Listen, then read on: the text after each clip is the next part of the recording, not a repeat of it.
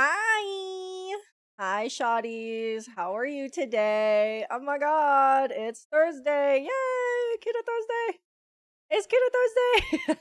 Hi, Blinky. Thank you so much for the 40 months. Thank you, thank you, thank you, thank you, thank you. I appreciate it. How are you? How is everybody?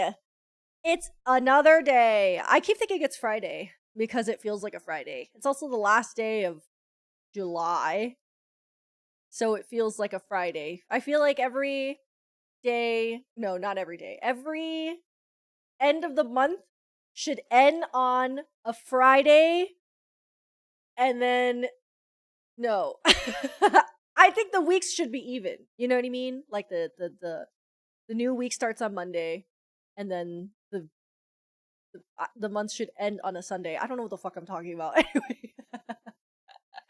Hi guys, what's up? How are you doing today? I could not think of a title. Thinking of a title is probably the hardest part of starting the stream. I'm gonna be honest. But I think the hardest part is thinking of a title. So there is a random string of words. Those are my gender pronouns. Pinky sent me a list of which gender pronouns I would be as a labubu, and those are the ones that I picked. Um, those are the ones that I picked. But would we get Friday the 13th? Yeah, of course. Because we could just choose whatever day the Friday the 13th would be on. I have a stupid story. When I was in elementary school, I had a girl that was I didn't have a girl. I had a girl in my class that would always be like, "My birthday is on Friday the 13th." So my birthday changes every year. And I was like, "What?" I'm like, "Wait a minute. I don't think that's how the days work." But I didn't think about it until afterwards. So in the moment, I was like, "Whoa, that's so cool." It was not cool. She was lying. She was just lying to everybody. That's okay. But sometimes we lie, and I think it's good to lie a little bit sometimes. Hi, hi, bestie. There were years she had 2 birthdays per year. Exactly. Every Friday the 13th is her birthday because her birthday is not month and year or whatever. If her birthday is Friday the 13th. She was is Jason the Friday the 13th guy? Who's the Friday the 13th? That's Jason. Yes? I don't fucking know horror by like at all. I always get them confused. I found out that Michael Myers is from Halloween. I've never seen Halloween, I don't think. I don't think. It's the monster. No, they don't get to call I don't unless I get paid by them, they don't get to be called. I don't get to promote them. So if Monster wants to pay me because we have the same colors, then they're welcome. But yeah. Hi, Ron. Hi, besties. What's up? How are you guys? There are a bunch of Jason movies. I have watched. There's a Freddy Krueger versus Jason movie that I think I remember watching when I was younger. And then I think I watched a little bit of Fred Krueger. Fred Krueger? Freddy? Freddy Krueger? Sorry. We're on nickname basis. Me and him are kind of tight. I watched one Freddy Krueger movie, maybe. I watched the one. There was a movie. I don't know if this was a Freddy Krueger movie. There was a movie where somebody died because they were in one of those like beds that fold up. Why the fuck would your bed fold up, by the way? I never understood that. Like, I never understood the gimmicky beds, the beds that like fold or you could like put up, or the water beds or whatever. Anyway, that's my remembering of that movie is that somebody died in a bendy bed. I think it's like if you don't have room. Yeah, I guess that's true. That's crazy though. A bed that bends in half? I wouldn't trust to lay myself on that, you know? I don't know. I think like a futon is a good That's because I'm Japanese and I'm a weeb. I'm a weeb and I'm Japanese. and I know Japanese, so I think a futon is a better idea, and I think we should normalize having more futons instead of having mechanically bendable beds. Um, because it killed someone in that one Freddy Krueger movie. That might be like a Final Destination thing. We know. We know. That's my Chingu. Son's my Chingu. And we've been Chingus for a very long time.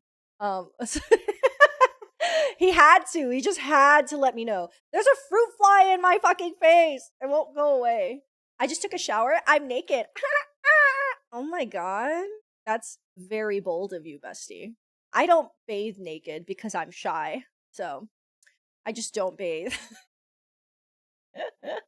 Why did you hate crime that fly? I didn't.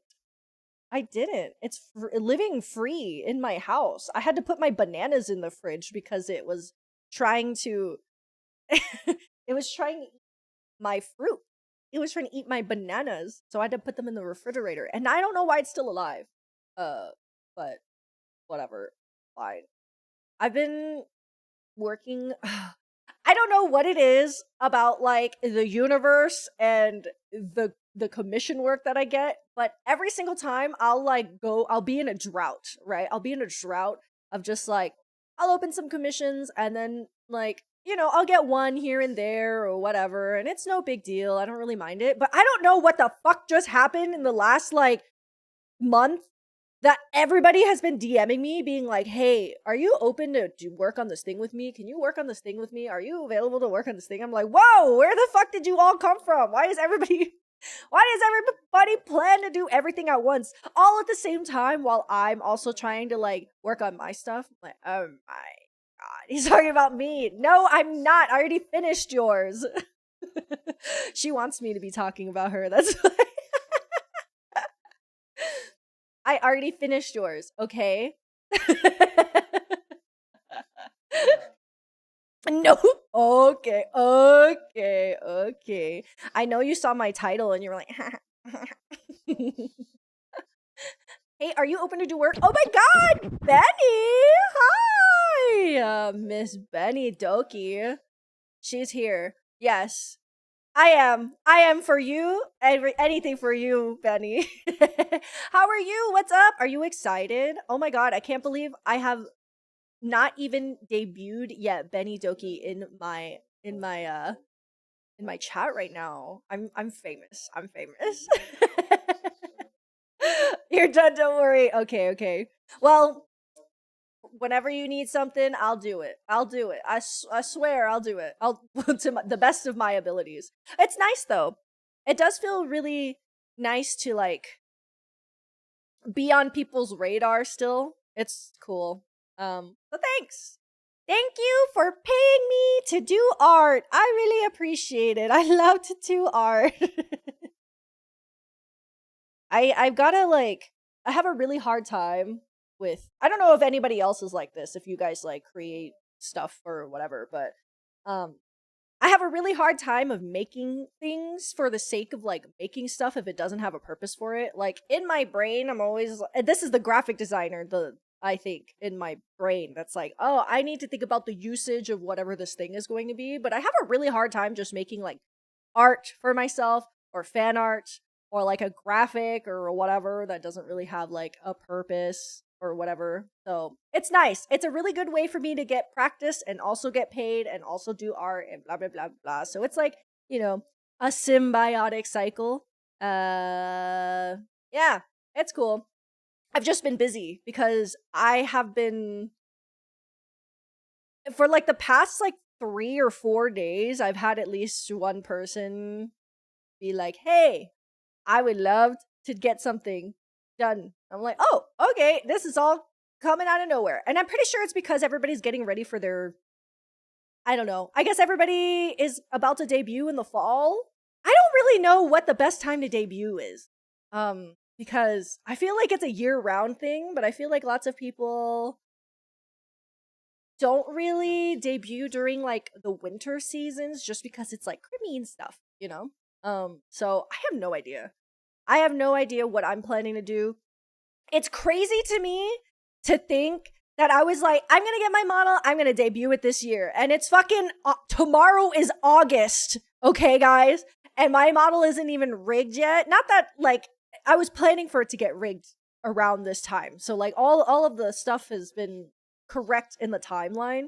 But to think about having to get everything done and then also debut, I'm like, that's not enough fucking time. Like I don't have enough fucking time to like hit the marks of the ideal debut time and also get everything done. So it's either I just wait until next year or I debut during a time that's like pretty not ideal or a slow season. But I don't know. We'll see.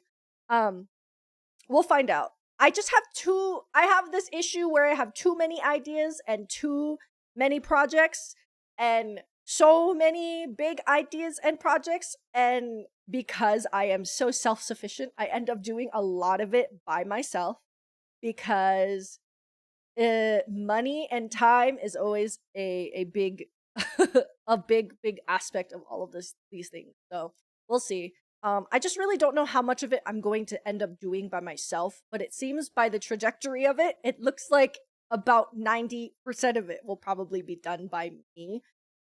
Which does like make things harder for me, but it does save me a lot of money.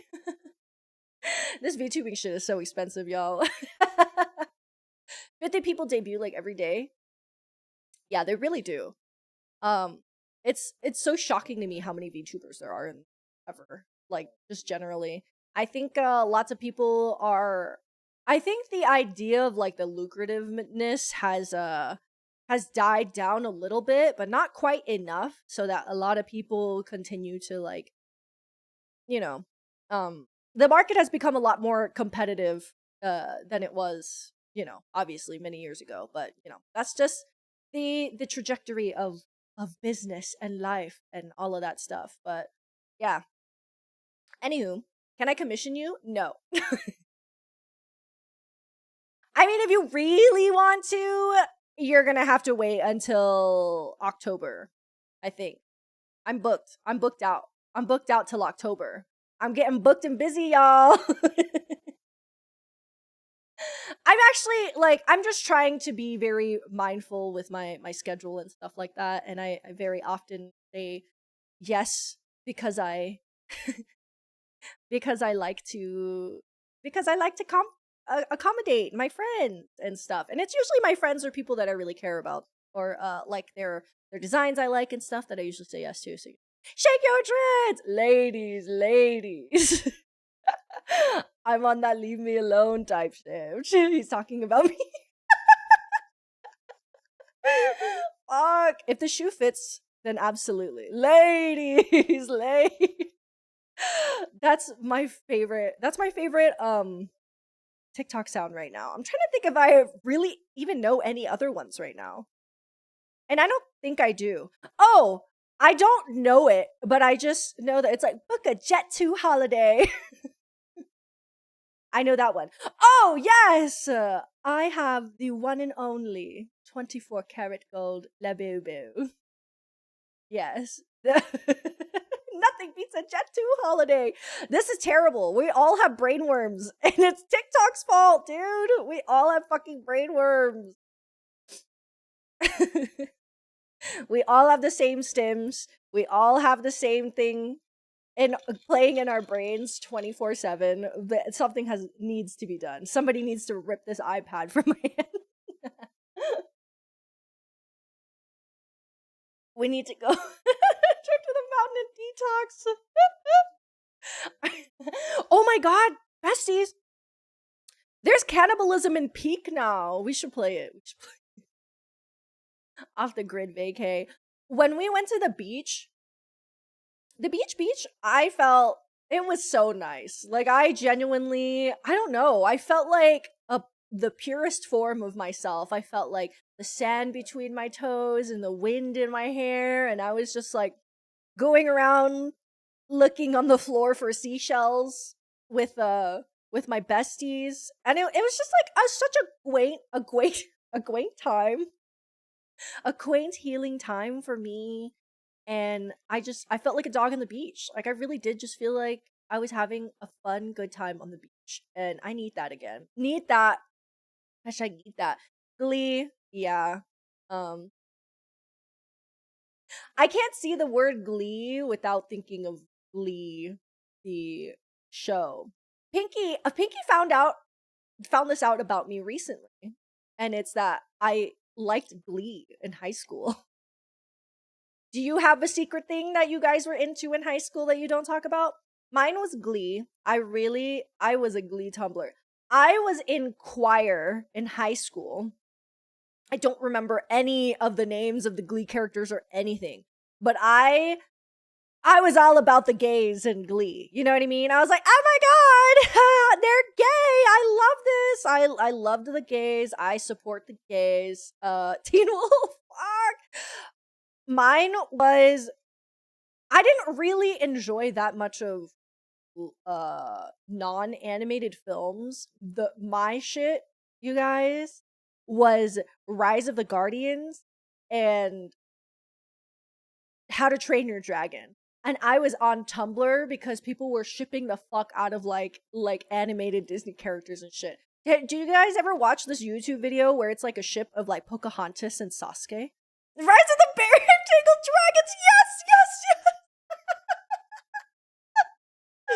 yes. Yes, absolutely. I made out with my boyfriend in middle school. Oh, okay. Thanks. Okay. I also made out with my boyfriend in middle school.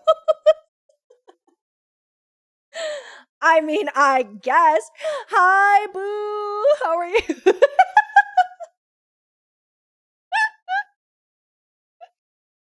Squeaky's trying to talk about his IRL yaoi, so his IRL yaoi moment. I love that for you. I'm happy for you. I think it's a really beautiful thing that you got to kiss a boy at a young age. You know what I mean? Like, I think like a lot of people don't figure that out until they're much older a lot of the time. So that's great. I'm happy for you. Oh my god. He felt so safe to share that. He did.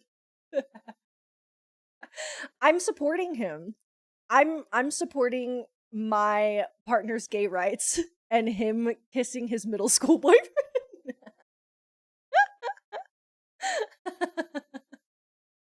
I love that for you.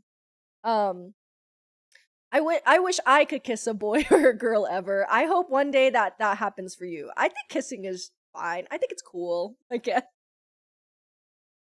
Kissing's cool, whatever. I have no idea where this conversation is going. But yes, Rise of the Brave Tangled Dragons. My favorite Disney mashup video maker is the Nameless Doll on YouTube. Oh my god. That just brought back crazy memories. Yeah, I think the Disney edits were always so good. Like truly, we need to go back because those were things that AI could never create. AI could never imagine, even fathom possibly creating Rise of the Brave Tangled Dragons, okay? Like that was a true art form. People who cared so much about their craft, people who like truly just put everything they could possibly put in to their love for these characters that were not at all from the same universe by any means. And oh my god, I found out today, not today, but I found out this year that what I would have considered myself when I was younger is a Yume shipper. Is that what that is? It's, I think, like a Yume ship, which is like, it's like a your name ship, like, right? It's me. Me and Jack Frost are in love, okay? So I didn't fuck with any of this Jack Frost Elsa shit because I was like, no, it's me and Jack Frost. And I found out that there's people still to this day who consider themselves like Yume shippers. And not only are they Yume shippers, there are people who are like,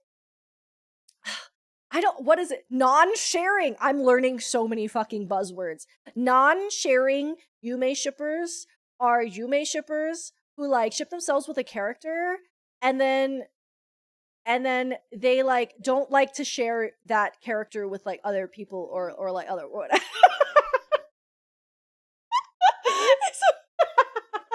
I know, I sound fucking insane with my title, Labaibai Labuxu. I'm a labaibai labuxu. I'm a labaibai labuxu. Yume shipping is huge now. Back in the day, yes, self-insert. I was 100% always a self-insert shipper. Like every single OC I've ever created was just me in that universe to date the character that I really, really liked, right? Which is also why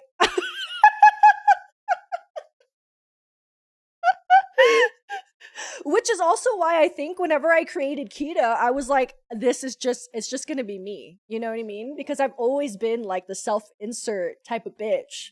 So I once again self-inserted myself as an anime character into your story. And now you're watching it here right now. I Yume ship with you really do. Pinky is a Giyu Yume shipper, non-sharing. Non-sharing Giyu Yume ship. Labaibai, labuxu, Yume shipping Jack Frost. Yes. We're gonna start summoning demons. I did that with Twilight Princess. I made an OC to kiss Link. You're so right for that. Twilight Princess Link is so good. So fucking good. That's incredible. It's amazing. That game is incredible. I'm really, really glad that I still have my original copy of Twilight Princess. I hold it very dear. I'm drinking and in the process of drinking a coffee because I was feeling tired earlier. So if I start getting wired, then you guys know why. You're the only one who deserves him, queen. That's true. I really don't know anybody that loves Giyu more than Pinky. Like that's her boot thing. Do not separate them. That's her boot thing. I have invaded Peach's realm by chance. If you would like me to pass a message. Invaded Peach's realm by chance. Hello, Peaches? That's all I got. That's all I got for you. My self-insert OC was pretty much girl Sasuke, so it was like a self-cast. Yes! Oh my god! The best ones... the best ones, not shaking his tracks. Fuck. Yes. Oh my god. Somebody needs to make that into a funny little like comic or animation, and it has to be Giyu being like, ladies, and Pinky is the one like, shake your tracks, please. That would be so fucking good. But the best like OCs that you would make were just like the femme version of the character, or like the gender opposite version of the character that you loved. So I loved Yosuke Hanamura, so I would just create a character that was like just like him, but this person also loved the fuck out of him because I love the fuck out of him. You know, it's got to be that way. Hi, Teeny. Thank you for the 10 months. Thank you. How are you? What's up? I miss you, Teeny. Teeny, I've been a bad friend to you, and I'm sorry. I'm so sorry I haven't played Minecraft with you, Teeny. Oh my god. Once I get whatever the fuck is going on up here figured out, I'm pointing at my brain right now. Once I get that all figured out, I promise I'm saving a slot for you. I swears it. My first Ragnarok online character's name was Sasuko. Fuck. That's so fucking funny. Sasuko. I will admittedly be a weeb, and I can admittedly say that I used to do this. And I think, you know what? I don't even have to be embarrassed by it, because there are people still doing that to this day as a VTuber or whatever, right? But I would just get like, I would just make up like a name that sounded like somewhat Japanese almost, because I just watched so much fucking anime.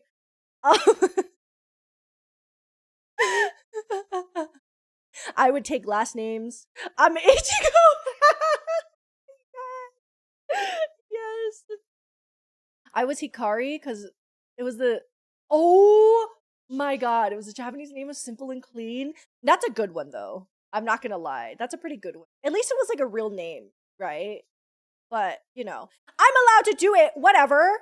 If fucking Jessica from Tennessee can call herself, I don't know, fucking Miko Milkus, strawberry kawaii princess, then I can be fucking Hikari on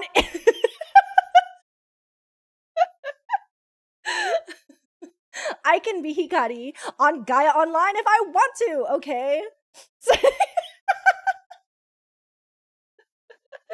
No, but Teeny is not like a Japanese name, you know? Whatever what did Teeny come from? Because when I think of Teeny, I'm like Teeny is like a teeny little they're like a teeny little teeny little thing. But I don't know. Sorry to Izumi Teeny for doxing them as Jessica from Tennessee. Used to be Teeny Tanuki. Yes. Yes, Teeny Tanuki. Teeny is just like the size because you're a teeny little guy. And every time I see your streams, you're using that little model. So I'm like, yeah, that's Teeny because Teeny is just teeny. My name is Umimizu. I'm a water Megami. Oh my god. Calling every character that has glasses a Megane. Me, I'm a Megane. Do you guys like Megane? You guys like Megane? You like me? We were young. We were young, and I was very pressured to believe that being a Japanese or Korean would have been much better for my personal image. And you know what? I think actually it just hindered me more. I think that just hindered me more actually. Post office person used to be really mean to me about saying first name Teeny, last name Tanuki, so I changed it. What? Oh my god. Not the post office person. I'm gonna fight them. You should have hopped over the counter. Because I would have. That's fucked up. Well, we love Teeny no matter what. And fuck that probably underpaid postal worker, okay? Yeah, fuck you. Don't be mean to people and their names. They can be whatever they want. They can be whatever they fucking want. Okay. That was a lot of talking about what the fuck were we even talking about. I just sounded insane for a solid 30 minutes. I think today we're gonna play some solo peak, probably, because I don't know, why not? We'll see though. I don't know. I'm like, do I want to play solo peak? That seems like a lot of thinking that I have to do right now, and I don't know if I want to think. But I don't know what other game to play. I do like to play Uma Musume. It's just the careers get me locked in for like too many fucking hours. You know what I mean? You're speaking my language? Yes, I am. I am. Sometimes I'll go to your streams, Boo, and I'm like, I have no idea what she's talking about, but she's having so much fun, so I'm having fun. Okay, Benny, have a good dinner. I love you. What are you making for dinner? What did you guys eat? I cooked for lunch, and I made a soy honey glazed garlic chicken. I chefed it up today, and it was delicious. I hope you guys have a good, delicious meals. And if you haven't, then I hope you have. What the fuck?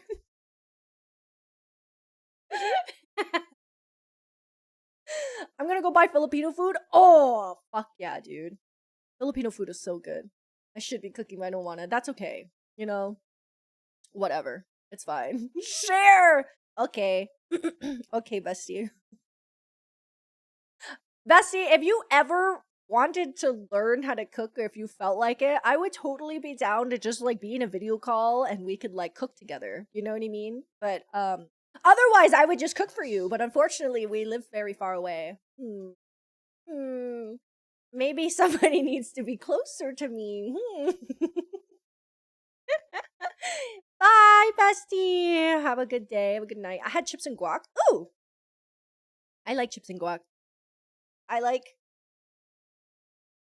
Sorry, I had to burp. I made a smoothie and it had too much banana in it. And then I put way too much juice in it, so it was like more watery than I had wanted. But I don't know, it's making me burp. It's making me burp. And every time I burp, it tastes like banana. And I don't know if I really enjoy that too much, but it's fine. Um, I like to make nachos with like the extra ingredients that I have left over. but I can't figure out how. I know how to make guac. I do know how to make guac. I just can't figure out how much lime I want in it. Every single time I add lime, I'm like, it's a little too limey. And then I try to add less lime, and I'm like, it's not limey enough. So I don't know. Hi, Nemo! What's up? Hello! I don't know if you guys can tell, but I have been trying. Do you guys, can you tell? I'm moving my head right now. Can you tell that I'm moving my head? Because does the sound like get fucked up? Because I'm trying to practice like piloting more, right? And I also have to be comfortable with it because I know I look insane next to Squeaky in his peripheral vision because we have our desks next to each other. Um, but yeah, I'm trying to like, be more expressive, but I can only be so expressive with this model. For now. For now. I'm very excited. I'm very excited for the new stuff. I can't wait to show you guys. That's also another thing is why I don't want to wait too long is because I want to use my new stuff, you know what I mean? But we'll see, we'll see. I don't notice anything. Oh, great. Well, I would hope so. Because this setup is expensive and I'm glad that it works. I keep looking over at my computer and seeing it like kind of caked in dust and I'm like, oh, I need to clean that. But we're gonna ignore it right now. Um yes, I'm gonna ignore it right now. And I'll clean it later. Um but yeah. Life's been fucking insane. I started stream a little late today because there was a meeting that needed to be attended. But I think next week I'll have a little bit more of a solid stream time and all that stuff. I've been fighting for my life, but it's okay. It's tomorrow is August and it's the start of a new season and it's the start of Leo season and even though I am not a Leo, I know that there are Leos out there that are are very excited for this moment, so I will also be excited. And this is where Pinky is supposed to say she's talking about me. The secret for good guac is to make it in a Mexican way. I mean, yeah, I know that's true. I know that. But I don't know how to do it in a Mexican way, in the way that, like, that was delicious. Okay. I was very, very lucky in the past to have been in a partnership with a Mexican person for 7 years. So his parents taught me a lot, or his mom in specific would always teach me how to make like guac and Mexican rice and stuff like that. But it's just like something I just can't get it quite right. Like I get it really close. You know, it's like you can't make it's really hard to make food like your parents, right? Like I make lots of Vietnamese dishes and stuff like that too, but they're just like not quite the same as how my parents made them. I can't figure it out. Well, when I say parents, I mean my mom. My dad is my dad is the very typical type of cook where he's like really good at grilling meat and like cooking meats and stuff like that, but for regular everyday food and all that stuff, my mom was the best at it. But I just can't really get it right. And it makes me upset. Why is it August? I don't know. Why is it August? Time flies. This week has felt like it's been very long for me, though, personally. I mean, I've been feeling like it should have been Friday since Tuesday, and it's only Thursday. So tomorrow is Friday, which still feels like it's a long time. But I think it is kind of cool that August is starting on a Friday. I thought it was Friday with my whole chest yesterday. It feels like it. Has this week also felt incredibly long for you guys? Because it has been incredibly long. The dad trait of cooking really good meat, but being mid at everything else. Yep. I am trying to avoid that. I know I'm a daddy, but I will not only be good at cooking really good meat. I will be good at cooking many other things. And I am. I like to cook a lot. I think it's a lot of fun. I think it is one of my creative endeavors that makes me very happy. I wish I could do more cooking streams, but I feel like The cooking streams are really, really tough for me because I am not somebody that is normally on camera, and uh I don't I don't know. I feel like I'm awkward. I feel like I stand weird. I feel like I I get to wear a mask, so I don't have to worry about too much of like my facial feature or expressions and stuff. But one of the reasons I became a VTuber was because I don't like the way my mouth looks when I talk. That is really weird and specific.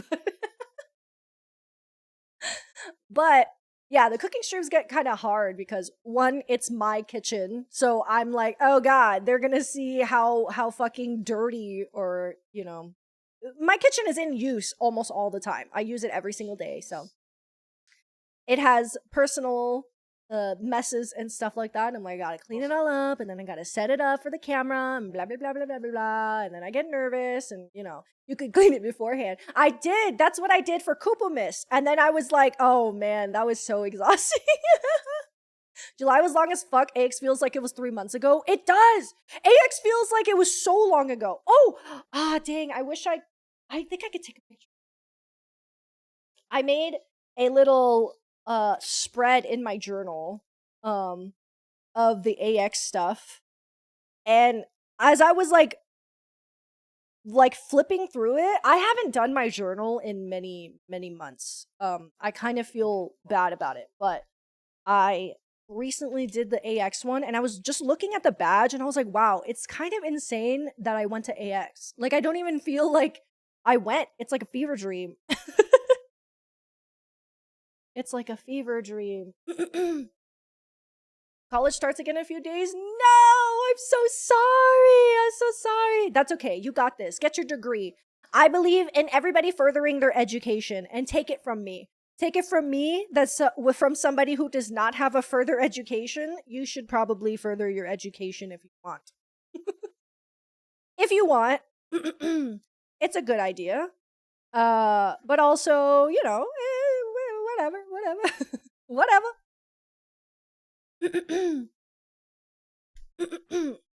Relatable, actually. Yeah, I'm super relatable. I'm the people's dog.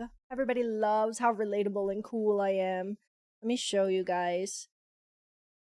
I did want to give you guys, like, eventually give a little tour of my journal once I was done with it at the end of the year, but there's just so much blank space now that I'm like, I'm gonna have to either go back and catch up or figure something else out. I show one of my artsy things I do on my free time. I also wanted to give you guys a little tour of my sticker book one day. One day. Let's see. Minge. I show you guys. Sure that I don't think Twitch is gonna get me in trouble for, but there is a but on this page. Oh, that's big. Okay, you're gonna have to turn your head. Everybody turn your head to the side so you can see, because I did not flip this in. This is my little spreadsheet. Oh wait, maybe I can turn it. Ah, I'm so smart. I'm so smart. This is my AX page for my journal. I love it. I think it's very cute. But I was just looking and holding onto my I was holding on to my this little, I can't point at it right now. At it. I can't point at it. But the thing next to my head is the AX badge, and I was just like kind of rubbing it and looking at it and being like, wow, I can't believe I went to Anime Expo. It's kind of crazy. I don't know. It just feels strange. This is adorable. Thank you.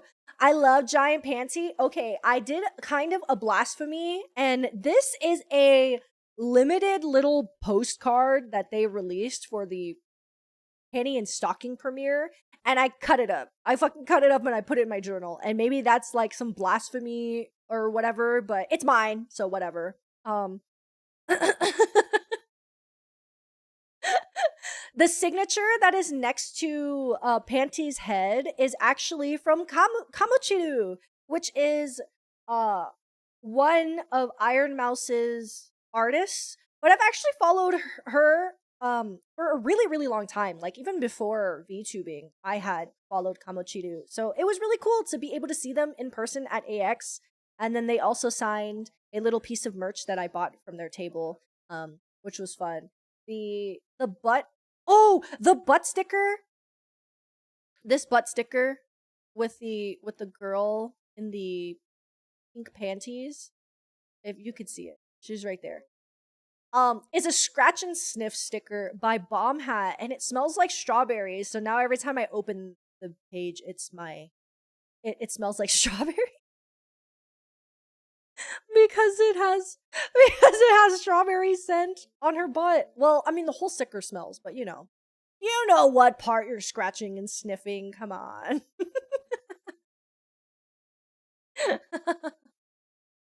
It went to a cool, neat page. You're forgiven. Yeah, and I also have two of them. So I do have a pristine postcard because Squeaky also grabbed one. But technically it's Squeaky's, but technically it's mine as well.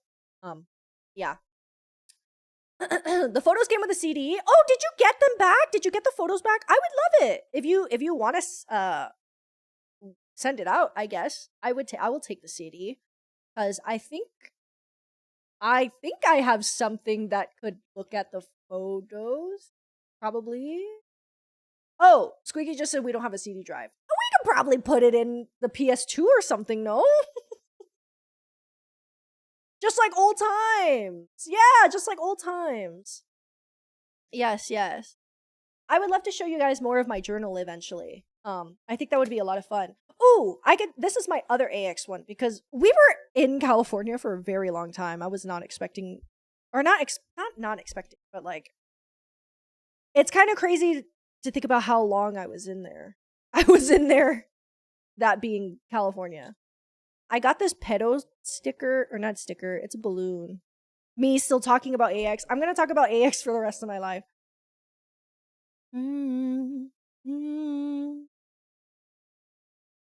Okay, let's see. I was running around looking for Fuamoko stuff, and not really to like buy merch or anything, but I wanted stickers and items. But I got this balloon. Where is it? I got this balloon and I cut it up and I put it inside of my journal. Isn't it so cute? Isn't it so cute? And now my journal has little wings whenever I close it. I was not planning it for to be like that, but I thought it was very sweet and very cute, and I'm very happy with it. This was a balloon that I had to poke a hole in and then take it into my carry-on when I got home. There's just so much bullshit that I had to take home. So many bags and so many little like plastic items and things like that. But yeah, I am glad that I was able to do something with it. It also really helps because my TikTok also shows me a lot of people that own like junk journals and stuff like that. And some of the junk that people keep is kind of insane to me. I'm like, why would you keep a receipt? And then they put it in their thing and I'm like, oh, that looks so cool. So I'm trying to come across and keep more of my quote unquote garbage so that I could use it for memory purposes. But yeah, I'm pretty behind on my journal, so I'm gonna have to catch up on that a little bit. And then maybe at the end of the year I can show you guys all of it. I wanted to show you guys stuff from before because I've been journaling for maybe about 2.5 years now. But they always start off really fucking cool and then I kind of lose steam and that's just what happens. I have some really cool pages and some really not cool pages. But last year I wrote a lot. I wrote more than I would like to share on the internet, but that's what journaling is for. But I think for this year I did a really good job at like mostly doing junk journal stuff and like photos and stickers and all that good stuff. So, yeah, we'll see. Thank you for the follow, by the way. Welcome. Anywho, that's all my journal stuff that I have to show you for today. Which I don't think I feel like I show you guys a lot of, but sometimes, you know, that's what a journal is for. It's to put my innermost thoughts. It's always receipts mostly. I don't keep a lot of my receipts. I use an app called Fetch, funnily enough, that I keep all my receipts for, but once I like use all of it, I just end up throwing them. I don't know. Like, do I really need to remember that I bought a chicken bake? That's a lie. I don't like chicken bakes. I know that's probably blasphemous, but the chicken bake is so fucking mid, dude. I do not. Oh my god. I do not fuck with the Costco chicken bake. But did you guys know that Costco has calzones now? I haven't tried one yet. But I mean, if it's as good as their pizza, then fucking I bet it's delicious. I've heard of the app. Yeah. It's like an app where you take pictures of your receipts and then you slowly earn points to like get cash back or like gift cards or whatever, and it works. It's fine. But yeah. Costco wings suck. They have wings? That's crazy. I actually didn't even know they had wings. I need to look at their stuff more. I just don't. I'm trying to think. What do I like from Costco? The hot dog, of course. Costco dog, unbeatable. What did you say? I said the chicken bake, and I know you like those. The hot dog is godly. I do like it. I tried hot dogs the last time I went. I thought it was mid in taste. Okay, that's fair. That's totally fair. But think about it this way. It's a big ass hot dog that goes outside of the bun for $1.50. Okay? Like it's just for the price. You can't beat a good Costco hot dog. I get their Panera mac and cheese. They have Panera mac and cheese? Oh fuck you. More chicken bakes for you, bestie. I think, okay, if the chicken bake had ranch or had buffalo like sauce in it, I would be so down. I'd be so down. But the fact that it's just like a Caesar salad inside of a dry little bread and half of it is air, oh my god. Every time I've got a chicken bake, it's been very disappointing. And I've given it chances, okay? My Costco used to do carne asada and it had guac inside. What? That's crazy. Chicken bakes are so good. Question, do you microwave it or heat it up in the oven? I get it fresh from the freaking kiosk. I get it fresh from the kiosk. I've had it twice fresh from the kiosk. And every time I've had it, I'm like, this is just okay, it's really good for the value. Of course, because Costco's a value place. But I thought you meant buying them frozen. I didn't even know you could buy them frozen. But maybe that's the trick. I wonder if they're better if you make them at home. But I'm like, how could it be better than the getting it fresh from the kiosk? To be fair though, my Costco, you know how those Costco, like sometimes you can see the window? Sometimes you could see the window for like where they put the pizzas and like they bake them and stuff. One time I sat at a table that was next to that window and I looked to the side and I could see the uncooked crust of the pizza touching up against the window and I was like, huh. That's probably fine. It's gonna get baked anyway. But, you know, I guess it just depends. Carne asada base? That sounds fucking insane. What the hell? Well, if you guys try the Costco calzone before I do, I would love to know what you guys think of it. It doesn't have the frozen ones? Aw, dang. That sucks. I wonder why. They didn't like us enough. They didn't like us enough to give us a frozen one. The calzone is supreme too. I must get it. Ooh! A supreme? Shit. We're about to get a calzone. Calzone trip. My captions. Why? It fucking hates me. Okay, there we go. My captions are mean and sometimes they just stop working. But yeah. What the hell? My chat is like being strange. I do appreciate the girth and length of a hot dog. Oh yeah, absolutely. I feel like the girth and length of a hot dog is very, very important, which is why sausages are so yummy because they're very girthy. Lucky, I only have a Sam's Club in my area. Okay, I did not grow up going to Costco because where I grew up did not have a Costco near me until I was like in high school or something. And even then, it was like a 30-minute drive to get to Costco. So I always went to Sam's Club. And a Sam's Club also has a dope ass hot dog. They have pretzels. I don't know if Costco has pretzels. I think they do, but I don't know if they're any good. The Sam's Club pretzels are really good. I love a dollar soda. I loved a little ice cream. You know, I think they did a really really good job at Sam's Club. And I used to go there all the time and get free samples. My mom would bring me with her, and she would be like, "Eat all the free samples you can." And I would be like, okay. So I would run around and get free samples. And sometimes I'd go again and I'd get a second sample. And because I was a child, they'd be like, yeah, sure, you can have another one. And yeah, it was great. Never gone to a Sam's Club food court? Oh, dang. It's pretty good. I think if you ever decide you want to go and just try and get like a cheap meal, then that's a good idea. I would say it's the same caliber as Costco, to be honest. I just think the Sam's Club pizza is also pretty yummy. I think it's all right. Sam's Club kind of mogs a little. They let you pay as you shop. Yes.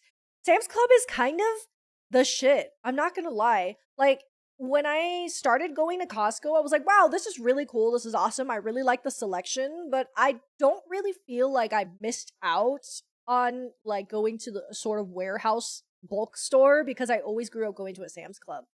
Um the free sample run is so relatable. Yes, my mom would take me to Sam's Club. We would go and then we would eat all the free samples and stuff.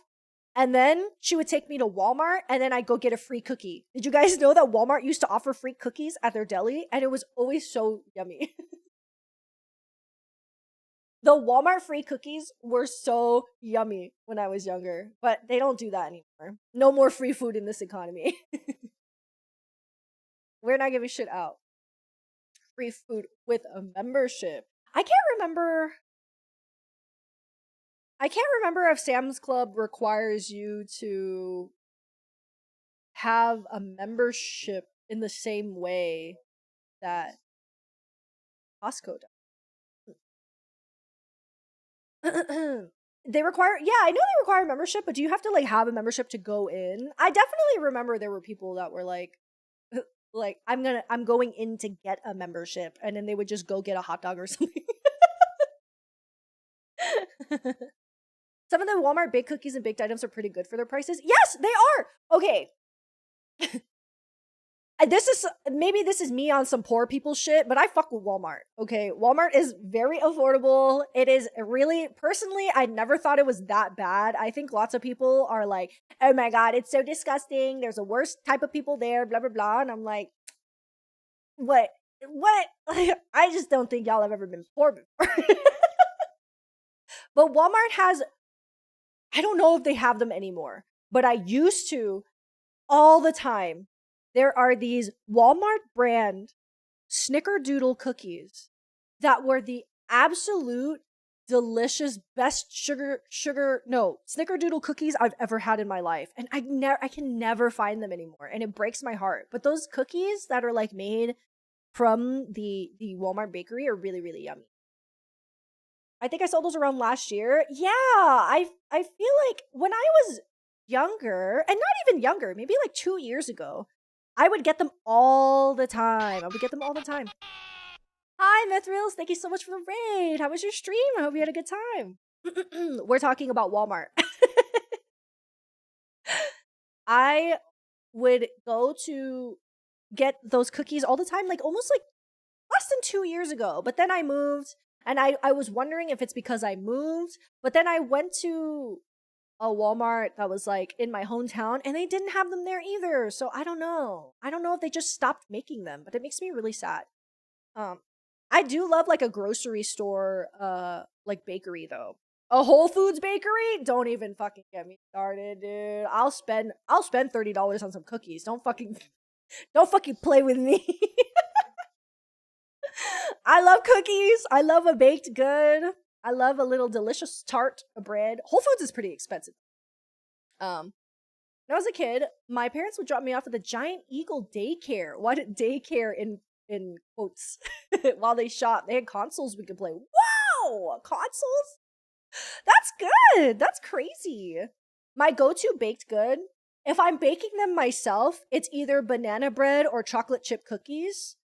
But if it is like I'm going out to get a treat, I love like a cream puff or like a croissant that's like a filled croissant. Yummy.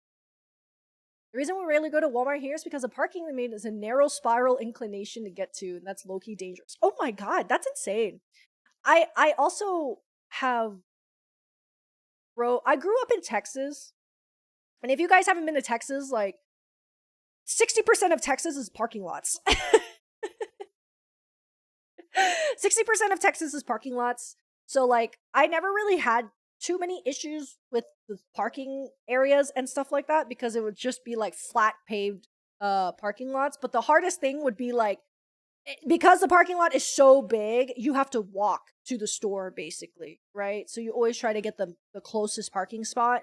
And my parents were not the type to park far away so we could walk. They would just circle the parking lot, which would probably take longer to find a spot than to just go walk inside. But they would just circle the parking lot for like fucking 10 minutes until we found the closest spot. But once I was able to be old enough and drive on my own, I ended up just you know, walking. But I still hate it. Now I'm spoiled and I hate walking to, to the store far away. I'm always gonna try and find the closest parking spot. Hi, Slipknot Princess. Hello. How are you? Croissant is goated. Croissants are so good. I love a filled croissant. If I can go to an Asian bakery and it has like one of those little croissants that they cut in half and then they put whipped cream and strawberries on, I'm going for it. That's what I wanted. Had someone recommend me a $10 pack of gummy snacks? Oh my goodness. You know what? I can't even say anything. I used to really love these gummies called, I think they're called like Albanese gummy bears. I would get those all the time. I was low-key addicted to those for a little bit. I was low-key addicted to them for a bit. And I bought so many of those and I used to eat them all the time. But yeah, that's expensive. Snacks are so expensive now. I reluctantly bought a bag of Funyuns like last week.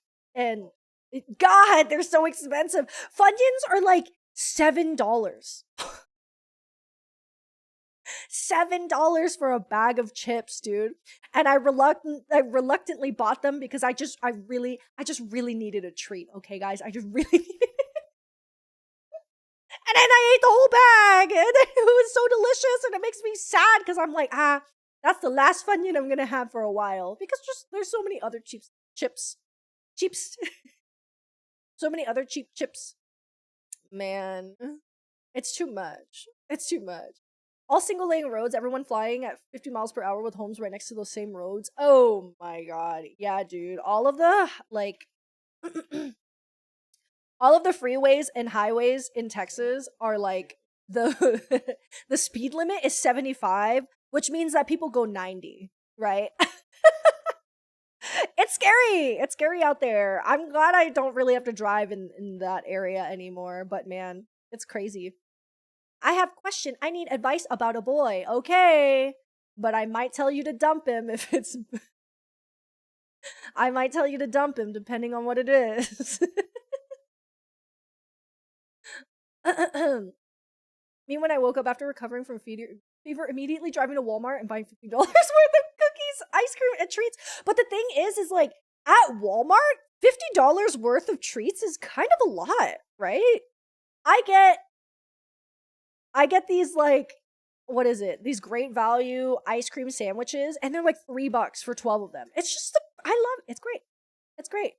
Me and this boy broke up and he keeps wanting to call, but I told him I don't want it because it will make me feel worse for breaking up with him. Oh, shoddy, block his ass. Yeah, no, what do you need to talk about? It's already over. It's over. It's over, dude. Fuck off. Free my queen.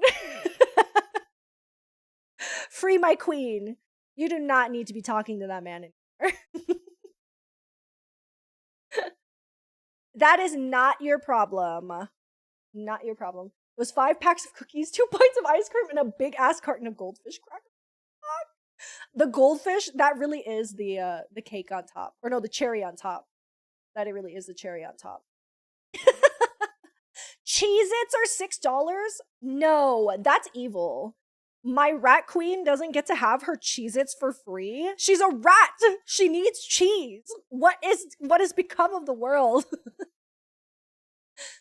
I feel bad because he's telling me he's gonna do stuff I can't say. Girl, that's none of your business. I'm gonna just say that's none of your business. And also, that's a manipulation tactic. So fuck him and yeah, tell him to fuck off. Well, you don't have to tell him to fuck off, but whatever. Whatever. It's not your responsibility. Not your not your monkeys. Not your circus, not your monkeys. And that is definitely not your monkey. So, yeah. Slipknot princess, free your mind, queen. None of that is your fault.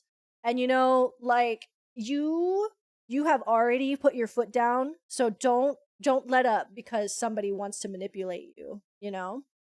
It's okay. You got this. You are strong and beautiful, I'm sure. We live in a society. I know, we do live in a society. Give the rat her cheese! She deserves cheese! She deserves cheese! Thank you for the follow. Thank you. Free yourself, girl. You deserve self-respect. Absolutely. Absolutely. Sometimes I get people in my chat and they're like, hey, my partner is really a piece of shit to me and did this really shitty thing. And I'm like, hey, you don't need to be treated like shit, okay? Just fucking, it's fine. Just leave their ass. Dump him. It's me. Who wore that shirt? Was it Paris Hilton that wore that dump him shirt? I need one of those. I need one of those. I think it's harder to tell somebody to dump somebody, but if they're already dumped, then like whatever the fuck, right? That's none of your business anymore. We don't like that. We don't like that. That's not cool. And that's fucked up.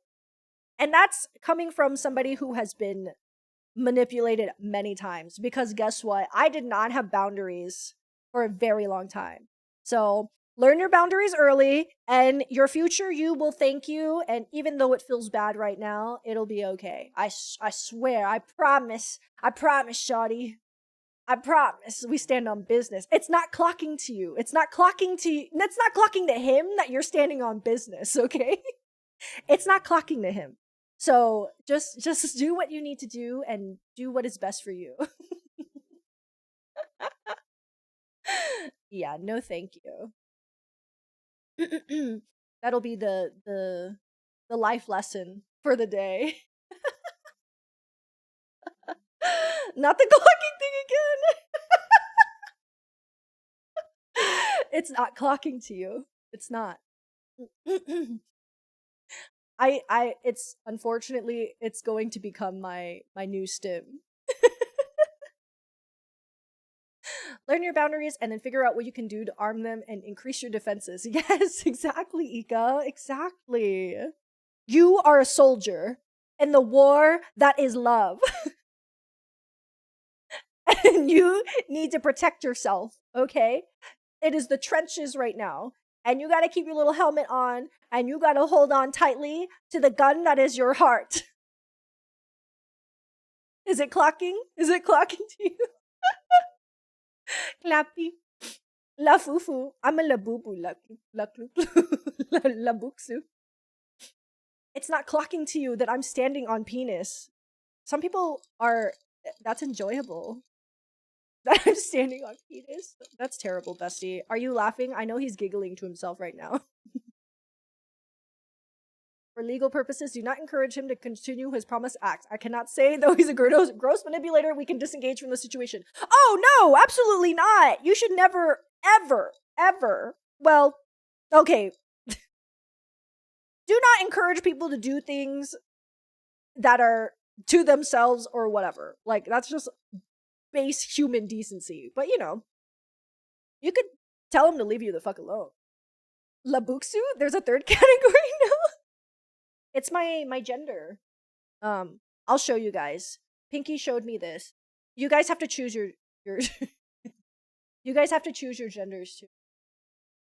So we can figure out what you guys are. Let's see. Oh no. No. It's good. It's good. It's good. Fine. It's fine. It's fine. You're gonna enjoy this. Okay, guys, check this out. Can you see this? What are you guys? What are your pronouns? This is what my title is from. Nothing to giggle about. I'm in traffic. Sorry, bestie. Are you almost done though? Are you almost done though? This is what Pinky sent me, and she was like, which one are you? So I thought about it, and I was like, I think I'm a labaibai and a labuxu. What are you guys? Labu boy? That's fair. I respect that. I respect Labu boy. Yeah, so Labu boy is 100% mask. Labu butch is 75% mask, 25% femme. Labaibai, 50% mask, 50% femme. I also sound insane. Labambi, 25% mask, 75% femme. Labibti is 0% mask, 100% femme. Why is it labibti? Labuxu is 0% mask, 0% femme. It is common for labubus to change their gender identity based on age-related milestones, entering labuberty, reaching sexual maturity, entering labunopause, and quinceañera. Why quinceañera? Why quinceañera? That's so funny.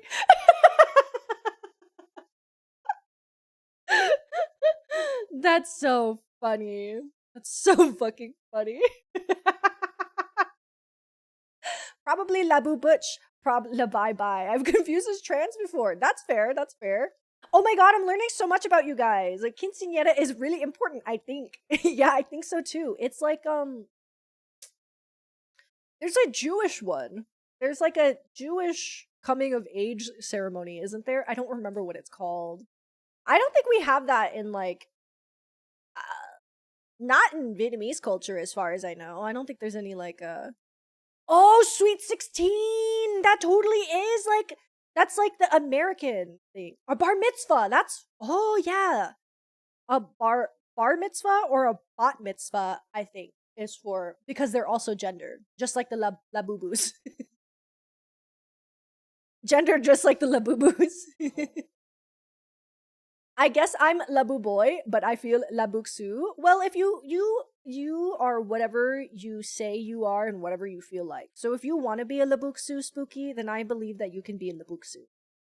Something like that. Yes, the genders. We love the genders. We're learning so much about the genders today. I'm defo Labu boy. Hi, Chiwan. What did I walk in on? We're choosing our genders right now. Are you a Filipino girls get debuts? Debuts? It's because they're all singing, so they all become idols. Filipino people can always sing. I'm an ally of all the Labu variants. Yes, you're an ally boo boo. Ally boo boo. Me, that's me too. Should I make my pronouns labibti and labambi? Yeah, mine are labaibai and labuxu. Do you guys like labubus? Be honest. Okay, think about it. Think about it in a vacuum where there is no cultural impact of this creature. Would you like a labubu? I do like labubus. I think they're cute. I think they're really cool.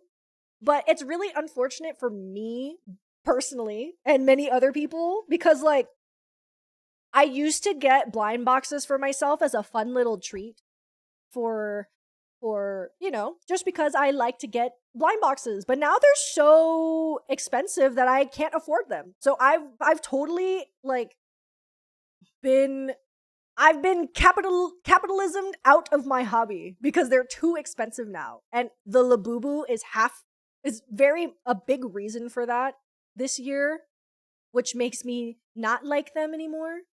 Bestie, the Smeesky market in shambles. That's what I'm saying. That's what I'm saying. And we've been on that Smeesky shit for a long ass time, so it breaks my heart. I'm like, what the f?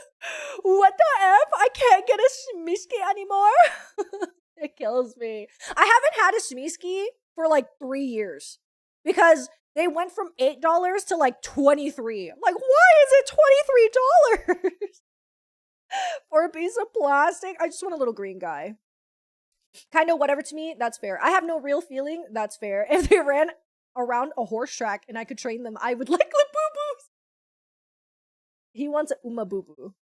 If they were Umabubus, oh my god. If they're gonna make merch of the girls, but they're gonna be Labubus like they did with Luffy. There's a Luffy Labubu. The Luffy Labubu, oh my god. He's a little ugly, but I like him. I like him a bit. I think he's funny. All power to people who like them, but it's not for me. Yeah, I like the idea of a bag charm, and I love how they look, and I think they're super funny and cute. I think the reason I like them so much is because they remind me of Where the Wild Things Are, which I think is cool.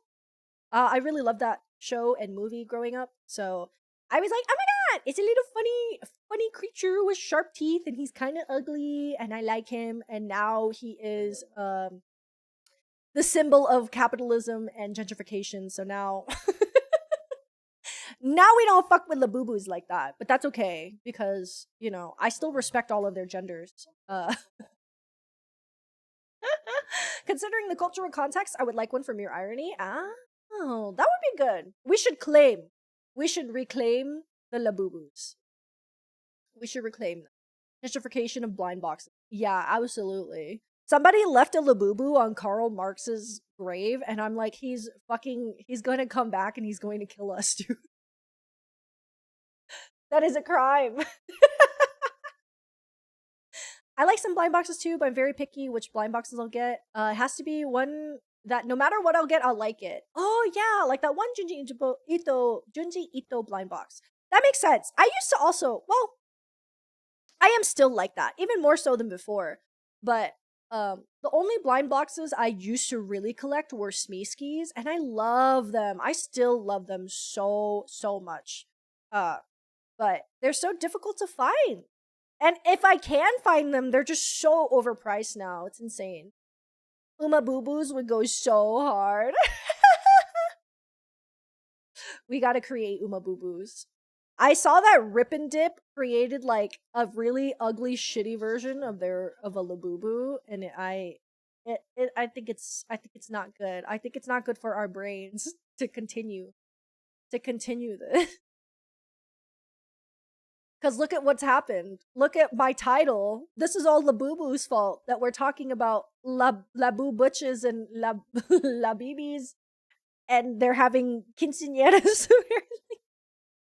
The Labubu quinceañera. I hate Luffy Labubu. Why? I think he's kind of cute. Let's look at Luffy Labubu. I think he's kind of cute. I think everybody hates him. I don't know. I think a lot of people hate him. I think he's cute. I think Luffy Labubu is cute. Look at him.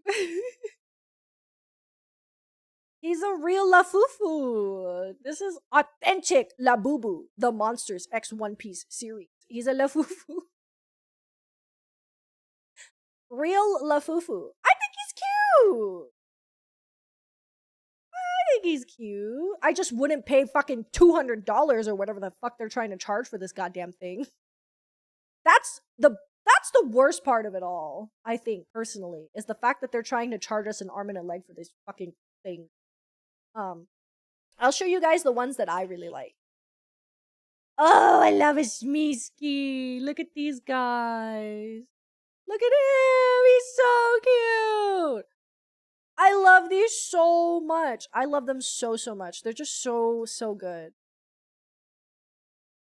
And they're like little glow in the dark guys. And I have so many of them. I literally have a box just full of them because I used to decorate my room with them, and they would just like they go in little random places, right? Some of them can go in between books and things like that. I wonder if I could find that.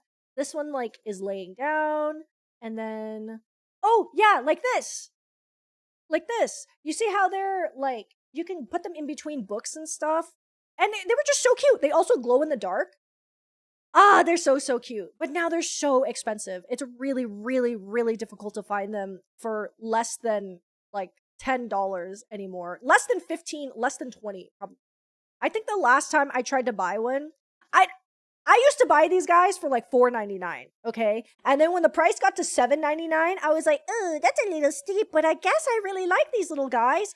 The last time I picked one of these up, I was like, I haven't gotten a Smeesky in a while, so let me see if I want to get a Smeesky.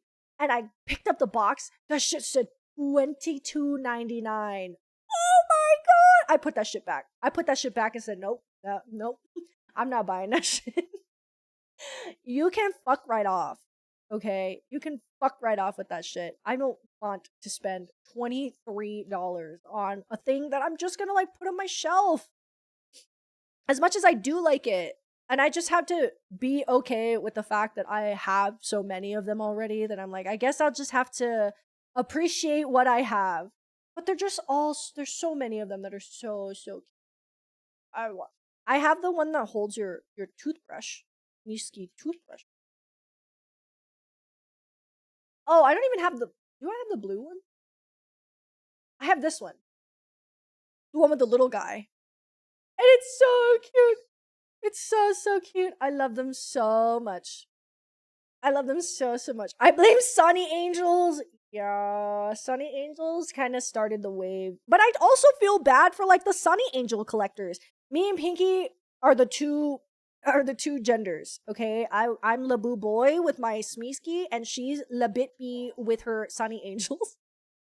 And Pinky like really loved, I think she still really likes them.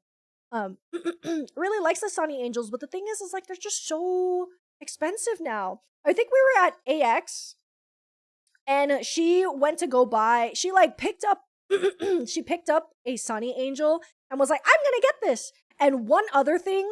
And when she walked up to the thing to check out, the guy was like, this is gonna be $52 or some shit. She was like, what the fuck? How much is the Sunny Angel? And that shit was like $34. Why? Why? It doesn't. Oh, that's so evil. That's so evil. But whatever. I'm onto a new thing that's not really a new thing. I'm just now I'm older and I'm not ashamed to enjoy them, but I love calico critters. I love calico critters so much. I've always wanted them since I was like really young. I remember when Toys R Us was still a thing. Anytime I would go to Toys R Us, I'd be like, you guys can do whatever. Just let me know when you're done. And then I'd go over to the calico critters and I'd look at all the calico critters and be like, I want one. I want this one. And I got my first calico critter this year. Mm-hmm. Oh my god, let me show you guys a calico critter. Calico critters are these little guys. I love them so much. They're little animal families, yes. And they're dressed in little clothes. And they're like, they're fuzzy. I don't know. They're flocked. I think that's what they're called. They're like flocked little figurines. And they're just little guys. And they come in like, they have outfits. They have families. They have themes. There's little baby ones. They have doll houses and things like that. And I really love these guys so much. I love them so much. And I have the Sylvanian family now. Maybe not. Let's see. I'm really excited because I have two calico critters and they're my first ones. And it's this one. And look at the price of this. I got them at AX. I'm shocked. I'm like absolutely fucking shocked that these are the first calico critters I got because I've always wanted these when I was younger. But I have these ones. And then I also have the strawberry one. Oh, not this one, but these are very cute. Oh, I do have one of these actually. Strawberry keychain. This one, look at it, little strawberry. It's so cute. It's so cute. Jesus, the price. This is resellers though. The actual price of this when I bought these at AX, this was $15, and the other one Pinky bought for me, which was really sweet. I love her. That's bestie. Um, but it's just the fact that resellers like sell these for like $50. It's kind of insane. So I'm really surprised that these are the first calico critters I got, but thank God for AX for having them, because man, I don't think I would have been able to get them otherwise, you know? Um, and especially since they're the keychain ones, I really like the keychain ones because I don't really have a place to put, like, the reason I didn't get them is because I don't really have a place to put tiny figurines, especially after, like, I already have blind boxes and stuff like that. I asked for calico every Christmas and I never got any. Oh, I'm so sorry. I'm so sorry. They really are, like, a little bit expensive, I feel like. Especially when I was younger. I never got them when I was younger because I was like, this is a lot of money to spend on like a little tiny figure thing. I didn't really play with dolls or anything like that. So it was truly a decorative piece for me. But yeah, I don't think I could ever scalp like that. I would get too attached. They're so cute. I don't know. I don't know. It's hard. It's hard to think about what you would be willing to sell for however much money, right? This is a US seller. I want to know what the price is. For $50? That's what I'm saying. They're so expensive. People are scalping the fuck out of them. I'm not scalping though. I'm keeping them. I want to do something like this with mine. I was thinking of making little charms and stuff. Maybe that would be a fun stream. It's so hard to display them without getting dusty. Yes, all of my Smeeskies right now sit in a box. And it's because I haven't put all of my trinkets up yet. Still, but yeah. I moved to a different apartment like 3 months ago, and I still have all my trinkets in a box because I just like I need to find the room to put them. Have you seen the video of the one dad who was looking at his kid's Calico Critter set and just amazed at the plastic mechanisms? It's such a cute video, seeing a grown dad amazed at Calico Critters. No, that sounds so cute though. That's so fun. I think that's always so much fun that like older people get to look at how well made toys are, you know? But yeah, Calico Critters are kind of the shit. I do have a feeling that they are going to fall into the zeitgeist because of the growth of blind boxes and things like that. But the thing about Calico Critters is they're not blind boxes a lot of the time. They have blind box versions, but that's not the biggest like thing about them. It's already happening. Get them while you can. Get them while you can. A lot of them are not blind boxes. They have like little blind bags with like a critter inside of it or whatever, but that's not the main selling point. I feel like the main selling point of them has always been like the doll houses and stuff. But yes, modern equivalent to Granny's collected porcelain dolls. Yes, I the reason I didn't get them when I was younger was because I liked them a lot in high school. I've always really loved Calico Critters. But it was because my boyfriend at the time would always joke about me how they like collecting them would be like being an old lady collecting those little porcelain babies. And I was like, so I never got them because I was always self-conscious that it like felt like weird. So I never got a Calico Critter. But I don't care anymore. I will be an old lady with a Calico Critter baby if I must, okay? I will. They used to sell doll houses with the critters, and then you could put the houses around and make a village with the sets. Yes! And then when I worked at a craft store, I would always go like I worked at a craft store and then I would like stock things, right? And some of the things that we had stocked were like miniature items for doll houses. And every single time I would look at like the cute little sets and like the little plates and the tables and all that stuff, and I'd be like, that'd be so cute to set up like a little house for the Calico Critter. I didn't get to play with Polly Pockets and dolls and stuff, okay, when I was younger. So I'm like, I want Calico Critters. I want them. I think that would be fun though.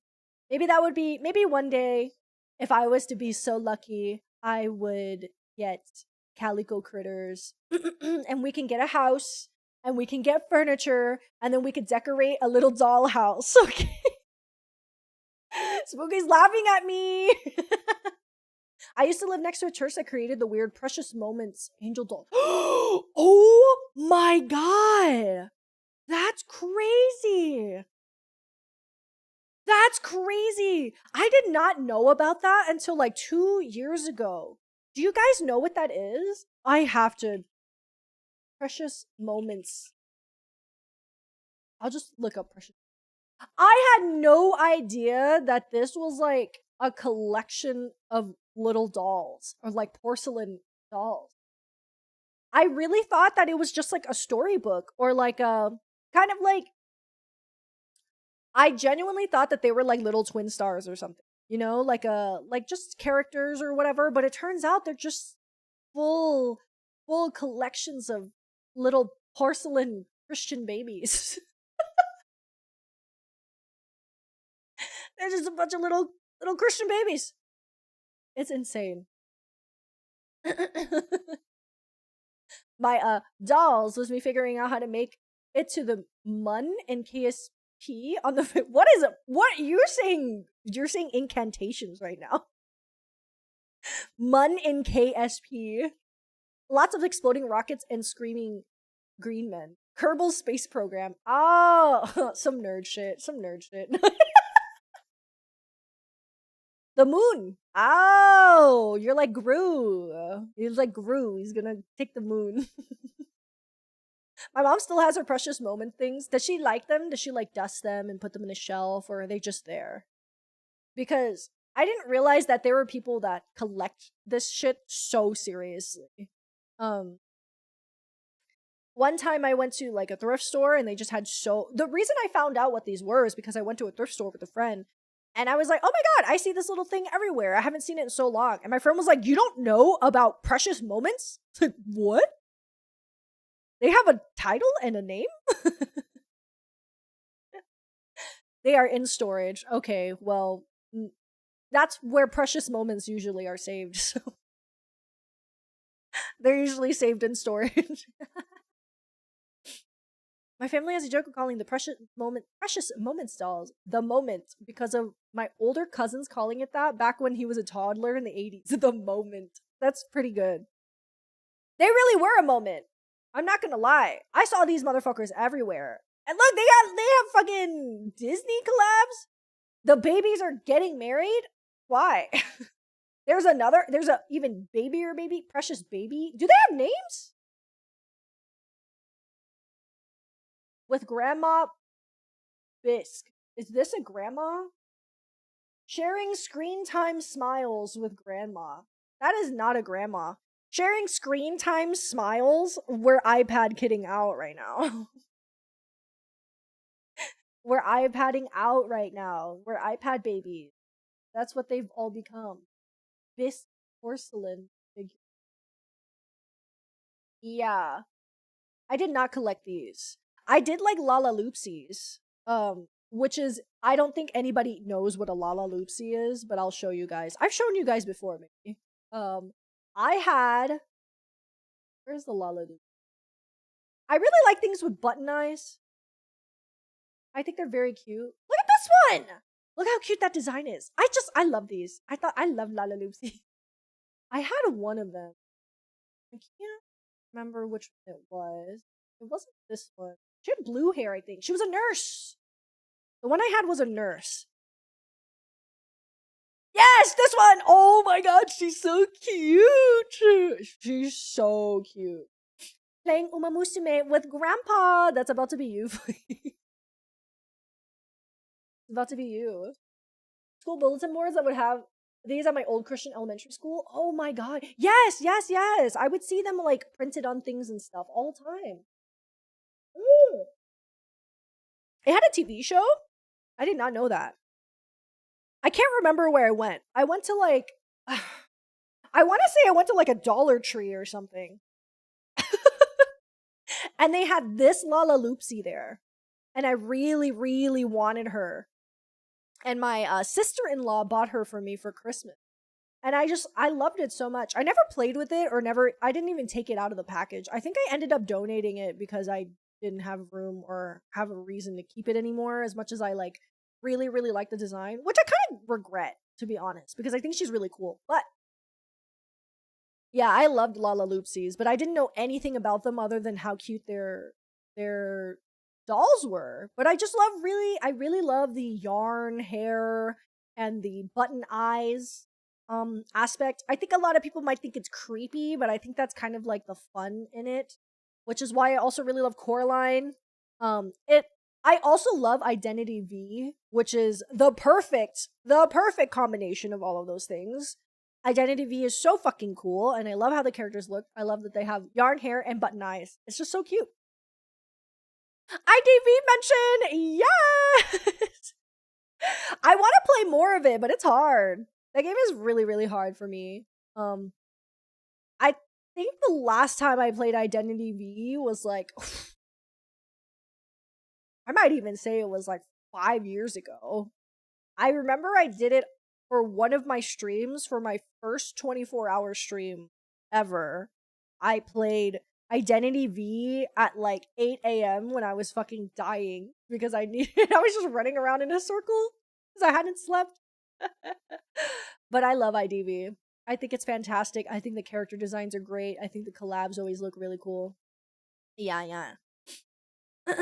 I remember it because she was one of the few girls who was actually okay with playing with dolls with me since I was the only tomboy in class. Oh, that's so cute! That's super cute. Yeah, I think like these things are very quote unquote girly, right?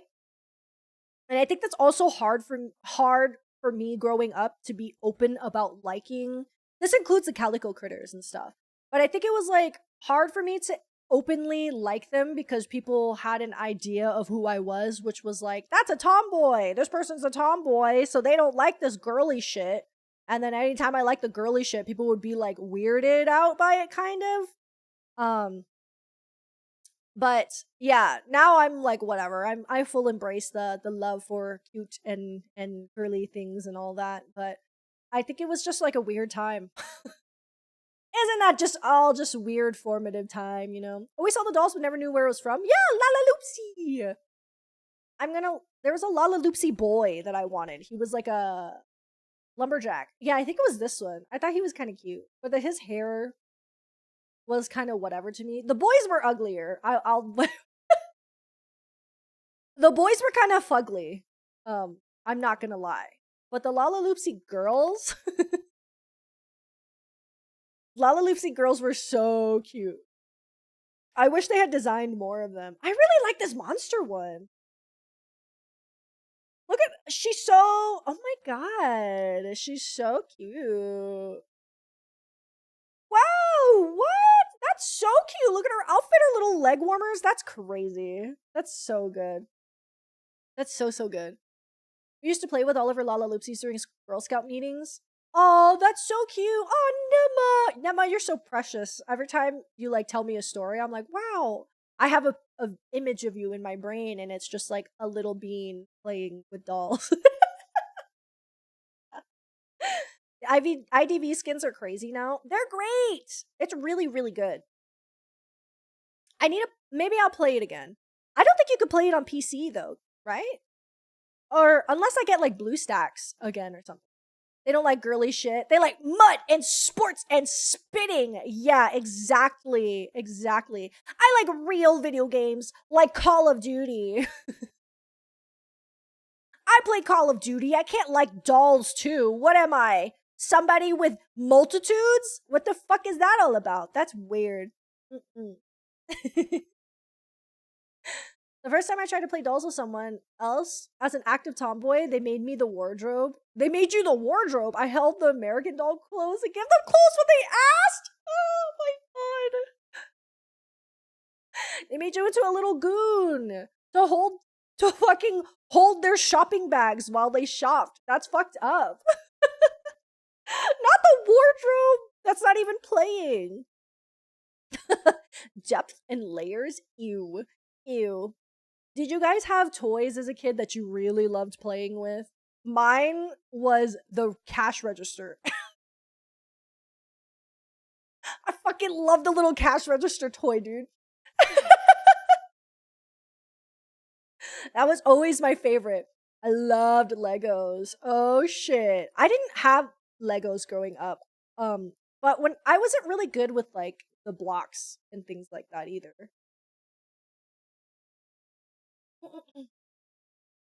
That's great, Nema. I'm glad you have a positive experience with Lala Loopsies. That's so cute. I'm obsessed with this. I think she looks so cute. I think that looks so cute. Um, Kita plays with the Duplos. Yeah, I play with Mega Blocks. Okay, but no, I didn't really have. I'm trying to think if I had toys that much growing up, and I had lots of stuffed animals, but I didn't really have like toys. I would say. Lots of my stuff would like hand me downs or from like friends that would bring over toys and things like that. But yeah, I don't think I always loved the cash register one though. I'm not gonna lie.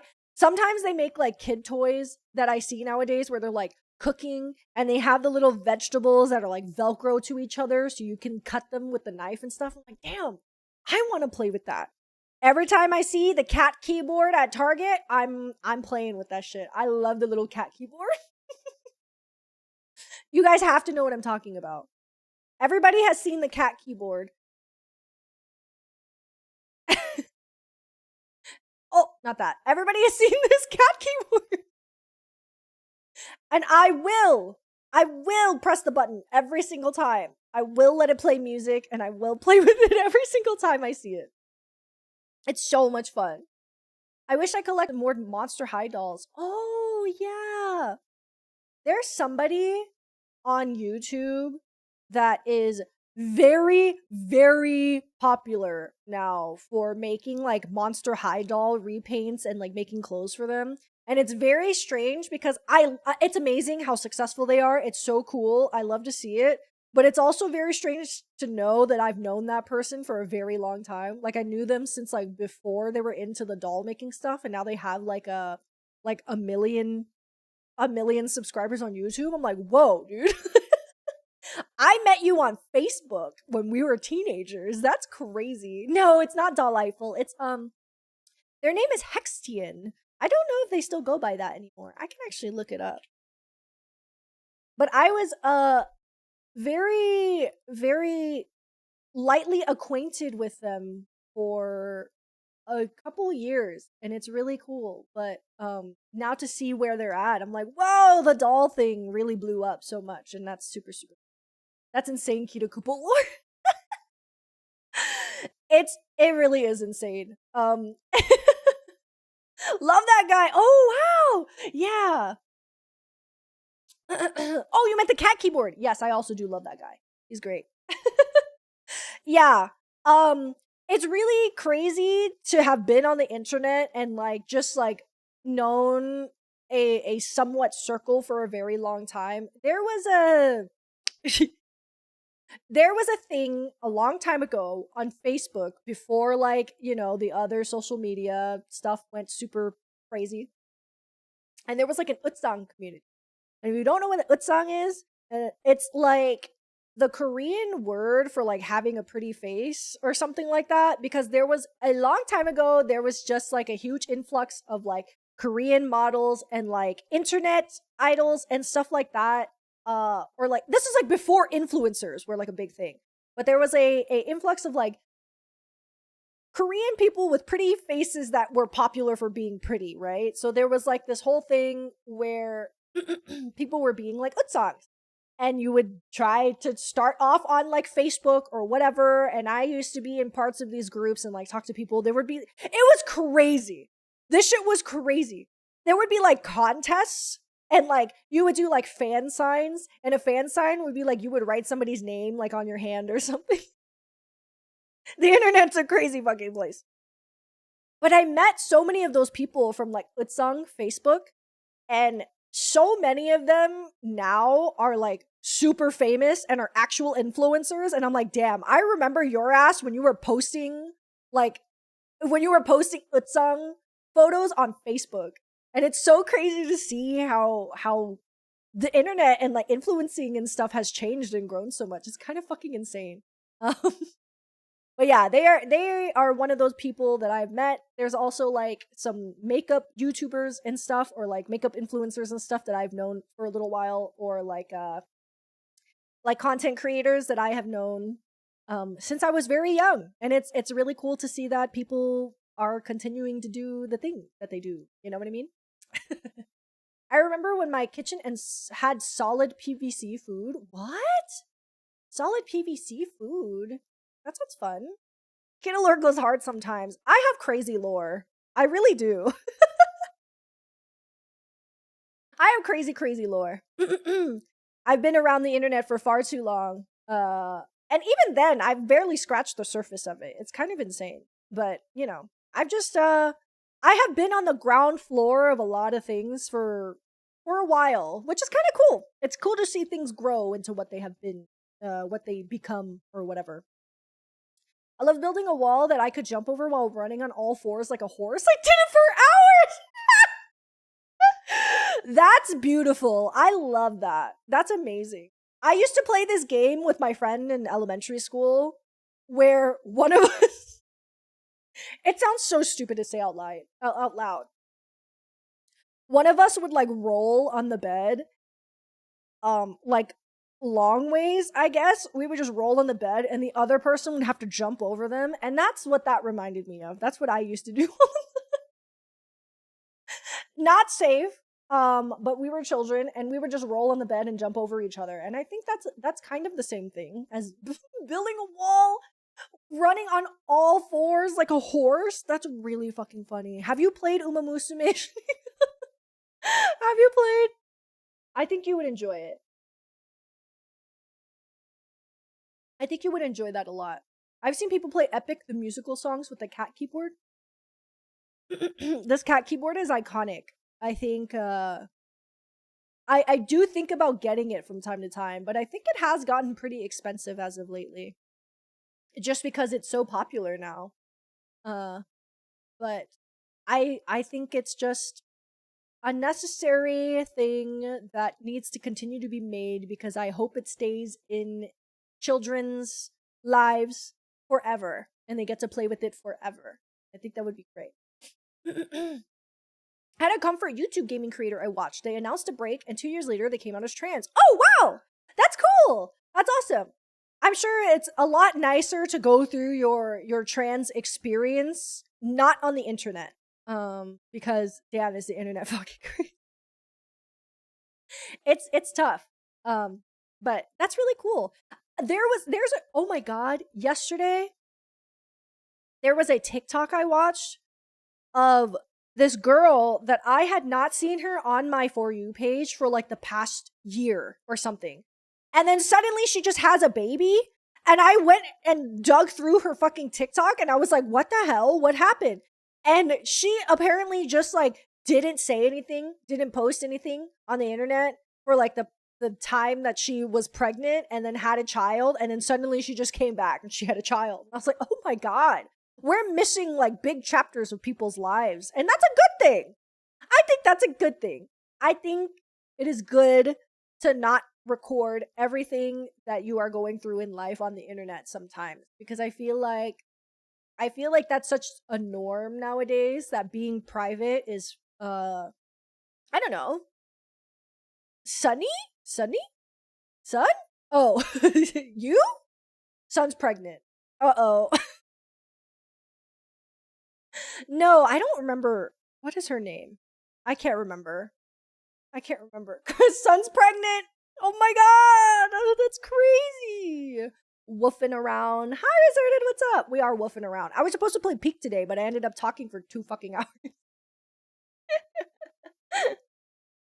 We talked about so many things. That's so fun. Gotta reach the peak. I know. I need to play it solo because I need to do. I need to get my badge. That's what it is. I need to get the solo badge. Mm-hmm. Mm-hmm. I need to get my solo badge because I haven't done that yet. I need to do it in under an hour because I haven't done it yet. Yeah. that, son? Who's the father? Son is the father.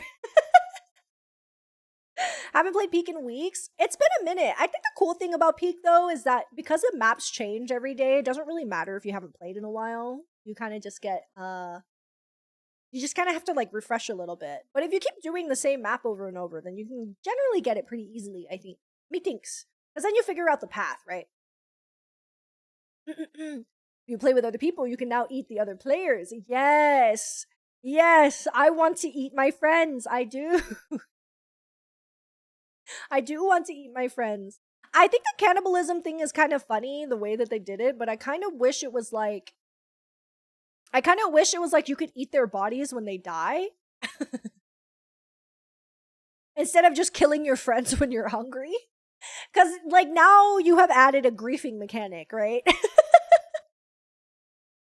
I wish it was, yes, I was going to say the same thing. I wish it was like you could eat their body part.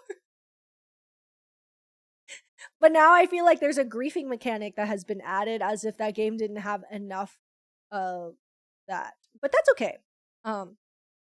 Move their arm and they climb slower. Oh, you mean like them still being alive? I was thinking that when they died, if you could go find their bodies, then you could like cook an arm or a leg or something. But I like the way that they made it. It's very cute.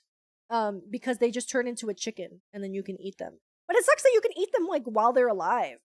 But I guess that's, there are no rules to cannibalism, I guess. I'm in a pit where all my friends are busy and I'm just drowning in multiplayer games. Yeah, that's fair. That's fair. I think it's tough. Especially because like the climate now has a bunch of multiplayer games that upsettingly are like 1 or 2 times you play and then people don't really want to play it again anymore. Friend slop. I don't like to call it slop because I don't know. I think it's good to have more games like that. Party games. Yeah. I have never been a real party game person. I was never behind the idea of buying like a Mario Party. Because I know that I would only play it whenever my friends would come over, and even then they wouldn't want to play it all the time or like whatever. Like games that feel very situational are pretty tough for me to like convince myself to buy a lot of the times. But I I'm trying to get better at that, but video games are just so expensive nowadays that it's kind of hard to get better at that. Hi Toast, what's up? I've wasted so much money buying party games. I know. It's okay though. I mean, cause like you always buy it in good conscience, right? You're always like, I'm gonna play this with my besties, and then we're all adults and the times don't line up, and you get to play one time, and it's really hard to plan another day to play with your besties, and then it's just all of that stuff. But that's okay. I'm really happy that Peak is very, very affordable for what it is, and that lots of indie party games are pretty affordable. They're not like $70 price tags like a Mario Kart or something. But yeah. And I love a multiplayer game so much. I will say the thing that Mario Kart and Mario Party really entice me about is the 4-person split screen. I will forever miss the 4-person split screen as the youngest child that had a GameCube. I was the youngest child that had a GameCube, so I was always like, do you guys want to play with me? Do you guys want to play on my GameCube with me? I had 4 controllers. Okay, granted that 3 of those controllers were Mad Cats, but they were controllers, okay? Did I just age you guys? Does everybody remember the Mad Cats controller? Do they still make stuff? I wonder. I like getting a game that has the option of being multiplayer. Yeah, absolutely. I feel like sometimes when games are like specifically meant to be multiplayer, it makes me a little sad. But it's nice for me now because I have Squeaky and we could play games like that together. We've been playing Played Up a lot, which is a lot of fun. But yeah, I grew up playing like I fucking love Castle Crashers. Oh my god, Castle Crashers is the best. Time Splitters. Time Splitters, the 4 split screen. That was the shit. I loved it. I loved it so much. I miss Halo with the split screen. Oh, yeah, Halo split screen. So good. Mad Cats and Mad Dogs are classics. It's fucked up that now you have to pay $80 for a controller and the shit isn't even split screen anymore. Yeah. Yeah, I think we've lost the sauce when it comes to split screen. And that makes me really sad. It makes me really sad. But it's kind of cool because now it feels like, well, I don't know if it's cool. But it does really feel like split screen is a novelty nowadays. Which does like hit a nostalgia button in my brain a little bit. That makes me like the game a little bit if it has a split screen. I really like that. Mad Cats is private equity now, I think. They made like one thing and fell off again. They should just go back to making bootleg controllers. The loudest fucking controller that you could have in the ugliest color, and for some reason the handles have like ridges on them for whatever reason. I need to see which. Let me see.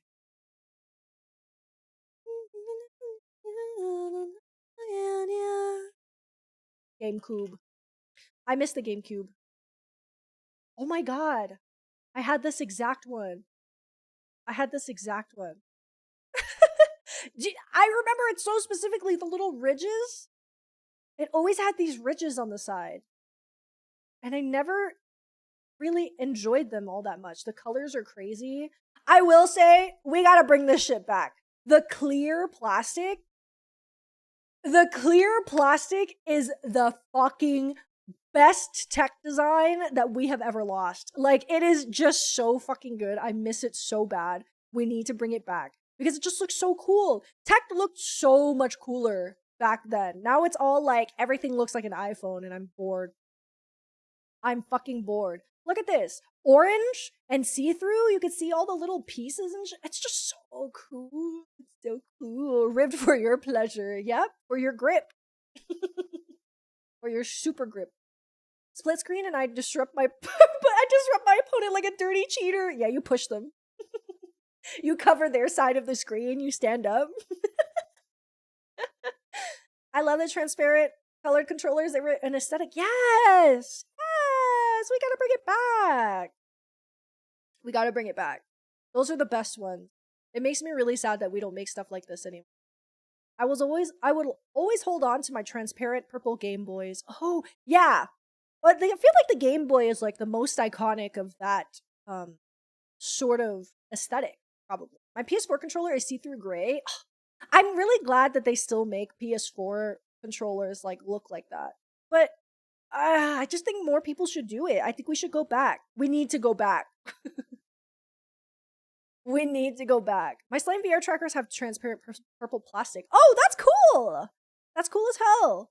I did see that some people do like modded Switch controllers that have like the atomic purple. I think maybe I can find that. Let's see.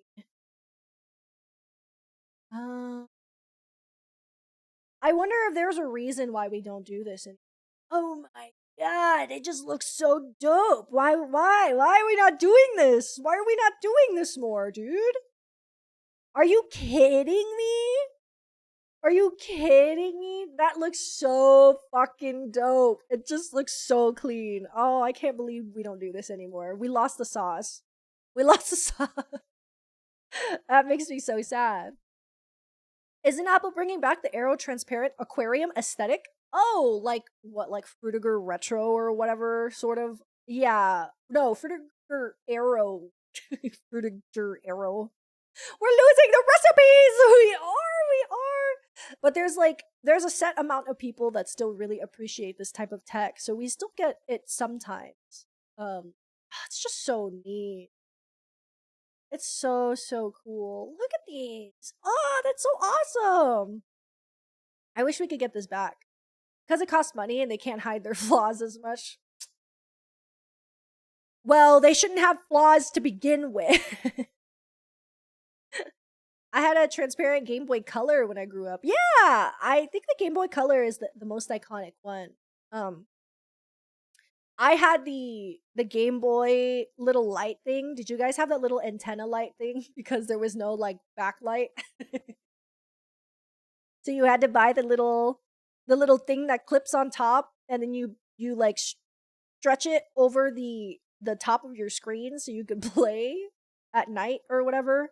Um I always thought that was fun. The little a little fish antenna thing. Yes, yes, yes. I don't even remember what I was playing. I was just fucking with the light. I had a Game Boy Advance when they finally added backlights. Oh, that makes sense. I never had my own portable game system until I got a DS. But I didn't get a DS until my brother gave me his DS because he was like, I got a 3DS XL, so you can have my old one. I was like, okay, thank you. So I didn't have a DS until like the 3DS. Um, I never really had like portable game systems. I always borrowed them from my brother because my brother was like the gamer of the house, so he would always bring home like consoles and stuff like that, and he'd let me play them because I'm his little sibling. But like, I never really got to like have my own, you know. Uh, yeah. And then I remember one time I was gonna borrow Nintendogs from my friend at in elementary school, and then my my friend let me borrow it, and it was just the game cartridge. Okay, I didn't have my system or anything, and the game cartridge fell out of my pocket, and I put them I was called up by my teacher, and my teacher scolded me and yelled at me and was like, you should not be playing games in school. You can't bring this to school. And I was just like, I didn't even play it. I literally can't even play it. I literally can't even play it. I didn't have a system. I don't have the system to play it. And then she got mad at me, and I got scolded, and then my friend was not happy that it fell out of my pocket. So she took it back, and I didn't get to play it Nintendo.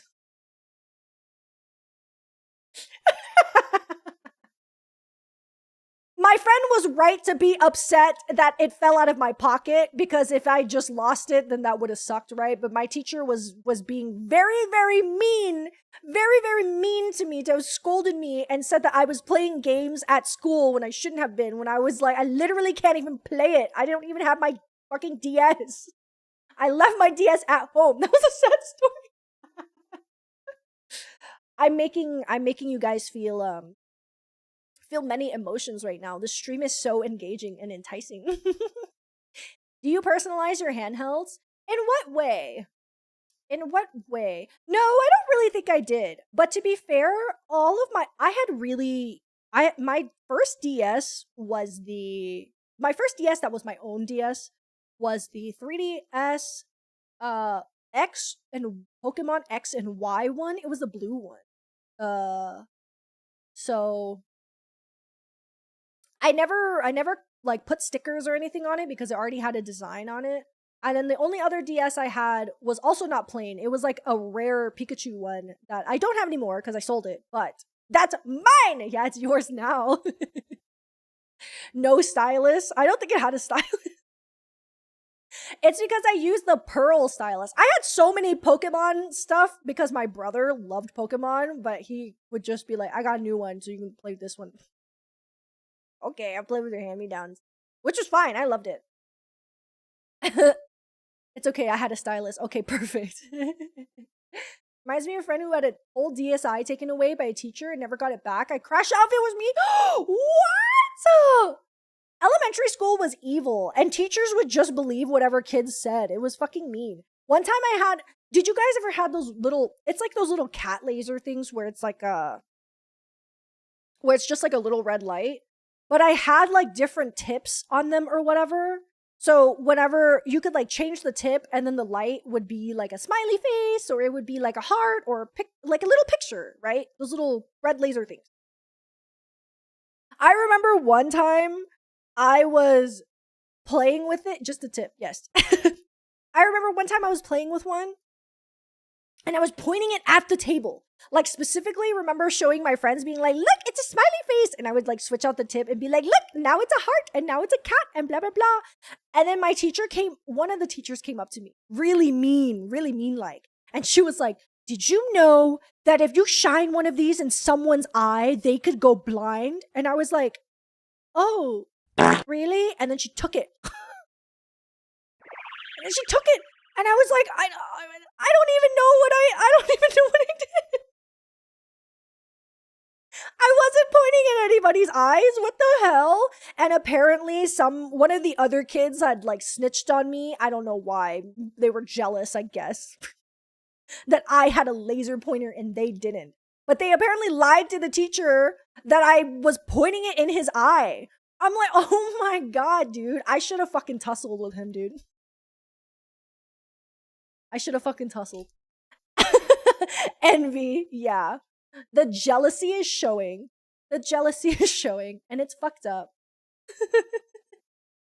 Are we sharing video games at school trauma now? Yes, yes. He's a hater. He was a hater. And then I never got my laser back. I was mad. I want a laser. I think I should get a laser to heal my childhood self. It was mean and fucked up, dude. You should find them and laser their eyeballs. You're right. You're right, actually. 15 years later, hey, you remember when you got my laser taken away because you said I was pointing it in your eyeball? Well, go fucking tattle now, bitch. Who are you gonna tattle to now, bitch? I'm gonna blind them. That's what they get. They tattled on me for something I didn't even do. I was framed. Oh my god. Public school was a terrible mess. I have many terrible stories from public school. One time I ate a pat of butter because I thought it was candy.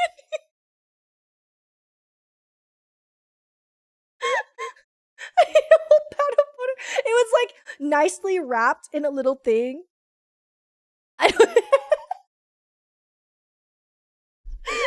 It was nicely wrapped in a little thing, and I opened it up, and I was like, ooh, this looks yummy! Put a whole pat of butter in my mouth, and I was like, oh my god, that is not good. Nobody saw me, though, so it doesn't matter. So now I just get to tell you guys in confidence that I ate a pat of butter. I didn't eat it. I just put it in my mouth, and I chewed a little bit, and was like, oh, that's not good. So many teachers I love to crash out as an adult for what they did. I have grudges, Ragey. Yes. Yeah, I also have grudges. Them shits are good as fuck. Yeah, Squeaky does. I do catch him in the middle of the night at like 2 a.m. and he cuts a slice of butter for himself. I'm gonna make up lies because nobody's. You guys only believe me. No, that's gross. Let's see. What, you guys ate gross things when you were in elementary school, I'm sure. One time I bought a brownie, and this was a rare treat for me, okay? I didn't really get to like get treats and stuff at school, especially during lunch, because I had like free lunch and my parents never really gave me like money as a kid because I was a fucking elementary school student.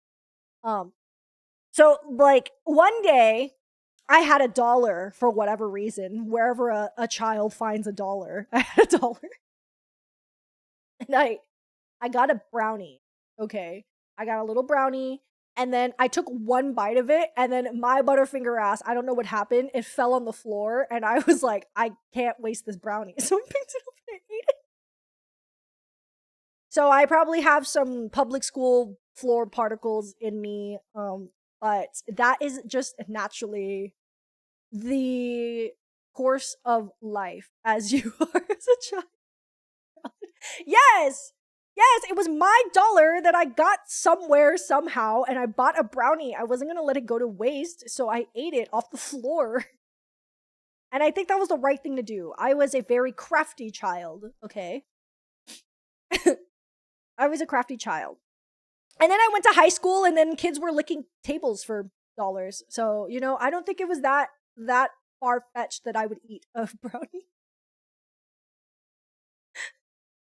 Did you guys have that weird kid that would lick the lunch table for money?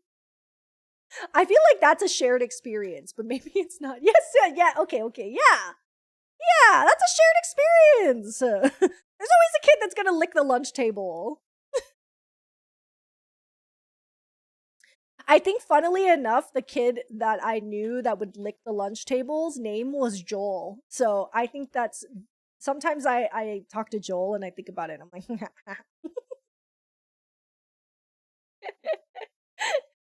he's licking lunch tables. When I didn't have lunch money, oh, gross food I ate as a child was the poor kid's meal of a turkey, or maybe it was a ham sandwich with crappy cheese and some crappy wheat bread. My favorite school meal was that breakfast pizza. Whatever that fucking square. You guys, if you went to an American public school in elementary school, you know what I'm talking about. Square breakfast pizza. They put crack in that damn. Yes, this motherfucker. This little fucking thing. I have looked for this goddamn thing forever. I have looked for recipes to try and recreate it. And then one day I found the Ifity. It's because this is a company that wholesales to schools. Or like they just wholesale these pizzas. They don't sell them like in small batches or like whatever. So they just send you like a fucking box full of pizzas. And I've always been so tempted to just fucking buy a box because you can only get them in this big ass box. I'm so tempted to buy these pizzas because goddamn are these pizzas so fucking good. We didn't have square pizza. We had circle frozen pizza, and they definitely left the plastic on before baking. They were feeding you microplastics. Well, they were building your immune system first, probably. The lunch empanadas? What? You had empanadas? I did not have empanadas. We had some gross enchiladas. We had chicken pot pie that was served in a styrofoam bowl, and then it had like a little crusty thing on top. One of the years that Michelle Obama was doing the school kids school food thing, it was not actually a pot pie. It was just like the soup, and then they gave you a little biscuit thing on top. One of the years that Michelle Obama was doing the school stuff, she suddenly, I don't know if she did it, Michelle Obama personally went to my school and gave us fish tacos. Some of the best fish tacos I've had. Honestly, I was surprised. I remember when we only had the fish tacos twice a year because I'm assuming because they were probably really expensive. But there was like little oranges in it. I remember getting a little fish taco and it had like greens and it had orange, like little mango or orange slices or something in it, and it was so fucking good. I was shocked, dude. But we only had them twice a year and they only gave us one taco. So, because that's all you need as a growing child is 5 chicken nuggets and some chocolate milk. If you want to buy any school meal, you have to buy like 100 of them. Okay, guys, I'm curious. I'm gonna look at this. Turkey sausage? It's not even real sausage? Turkey sausage. How many can I get? 24 count per order. I get a whole pizza? Damn, that's a lot of ingredients.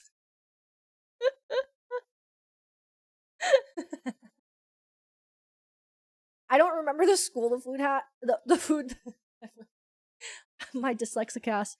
I remember the food pretty well, to be honest. And I think it's just because, like, I don't know, lunchtime is the best period, right? Lunchtime is the best period. But also because when I was from junior year to senior year, I didn't eat lunch at school because I was not on like the reduced food program, so I just wouldn't eat until I got really, really bad. But that's what you gotta do.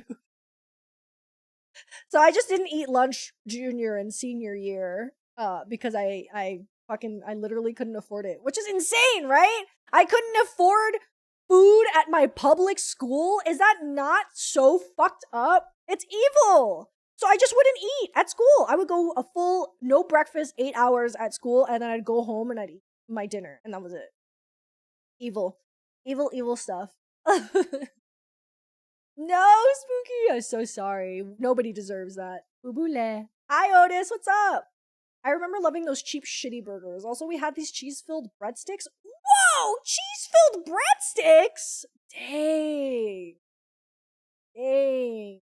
That sounds delicious. I don't think we had anything like that. We had a quote unquote free lunch line, which was not actually free. It was only free if you were like on the program for it or reduced lunch or blah blah blah, whatever.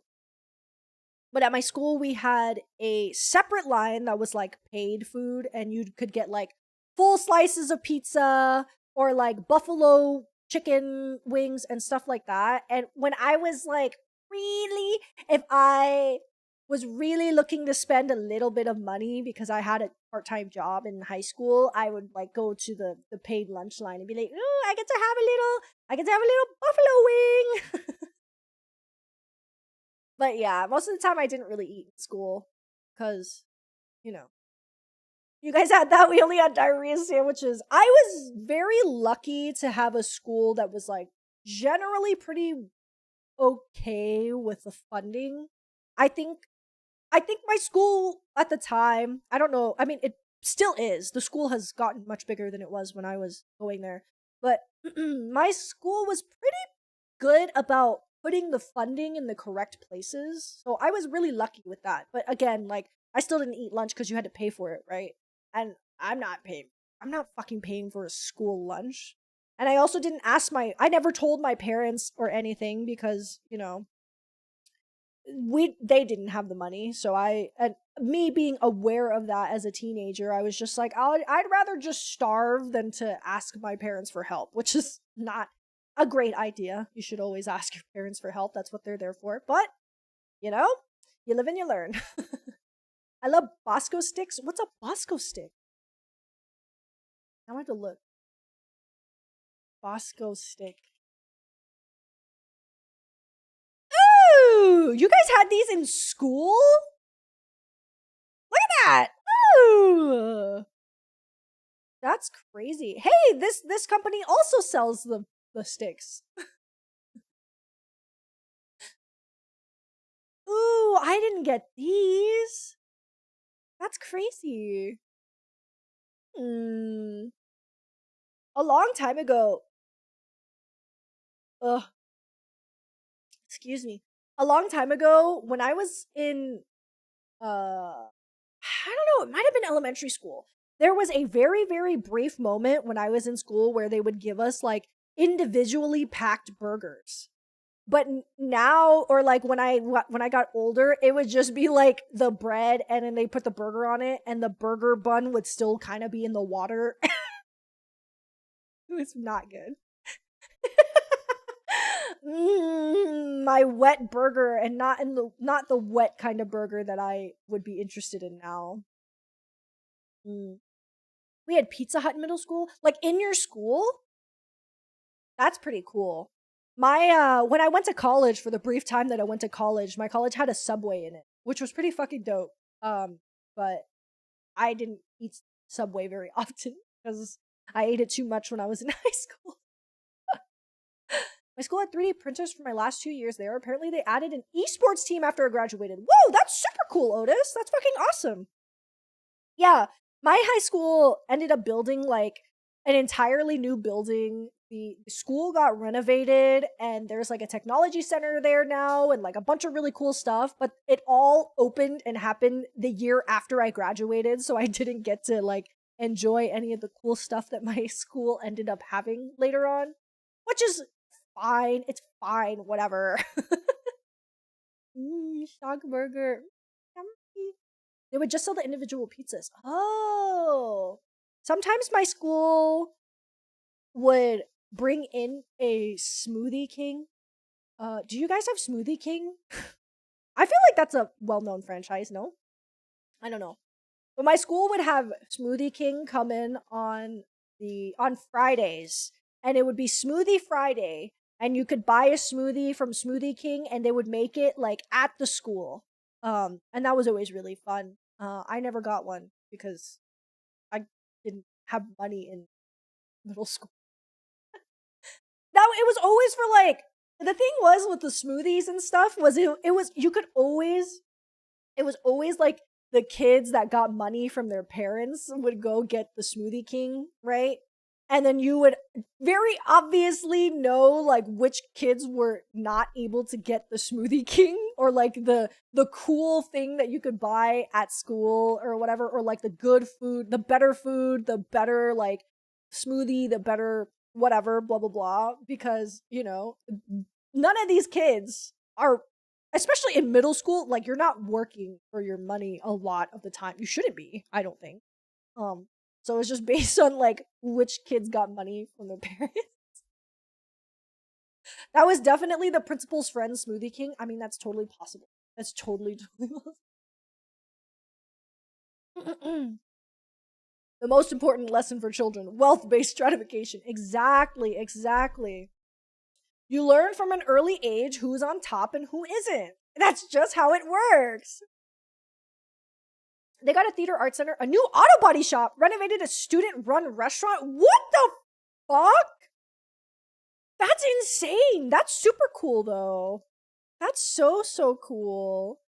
I don't know if any of my schools became anything crazy like that, but there was definitely some crazy upgrades whenever uh I had a student run cafe. What? That sounds so fun. That's cool. I had a we had like a fashion design class that I was a part of that I really enjoyed. And it was really cool because we all had like sewing machines and we did like a fashion show and things like that. But I can't say I remember we have anything like super super involved like a student run cafe. That's super neat. I remember going to every Scholastic Book Fair empty-handed because I was bored. Yes, me too. Me too. Me too. The one time I went to a Scholastic Book Fair and I bought something was because I had saved up like a bunch of money. And when I say a bunch of money, I mean like $15. And I bought a Domo notebook. Do you guys fuck with Domo? Do you remember Domo? I had a Domo notebook. Let me see if I can find.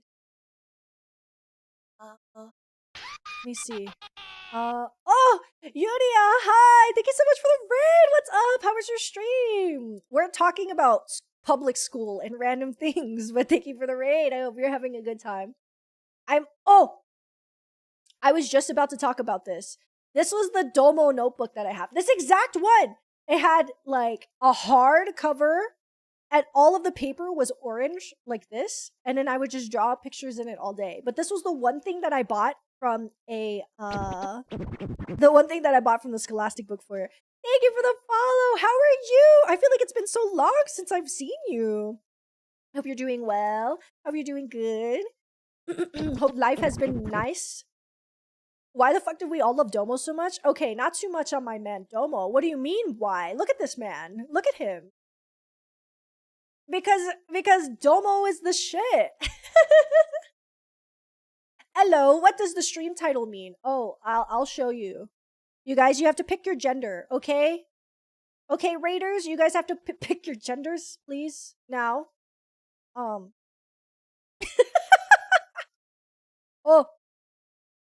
Ah! I don't know how to use this. The one and only Domo Labubu. Okay, you guys, check this out.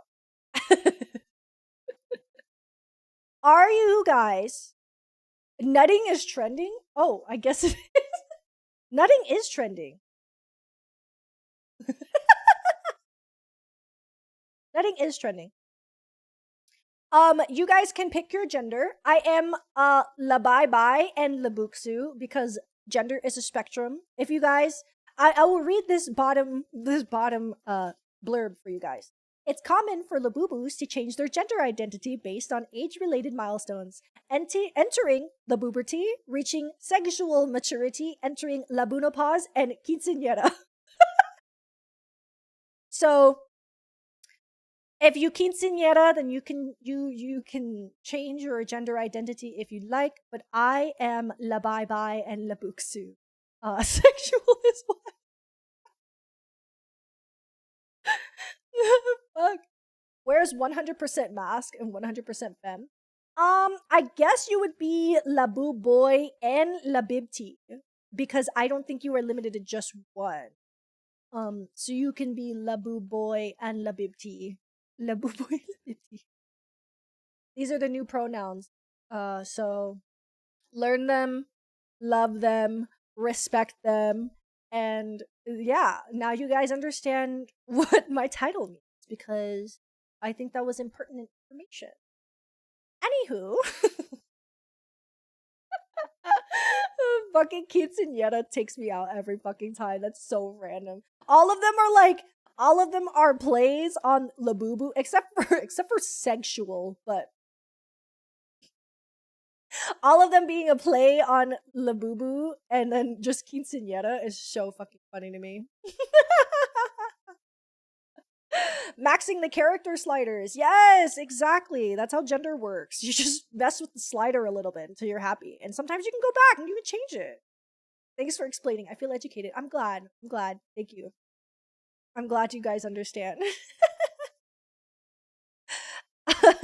Now, what was I talking about? Oh, right, the Domo stuff. No, why were we so obsessed with Domo? When I was younger, I had a friend that also really loved Domo, and we would we would go to school in our matching Domo fits because we both had like a Domo shirt and he had a Domo hat and I also ended up buying a Domo hat. And then I had like Domo wristbands and then we would go to school in like our matching Domo. We were fitted up. I was going to school with insane drip all the fucking time, okay?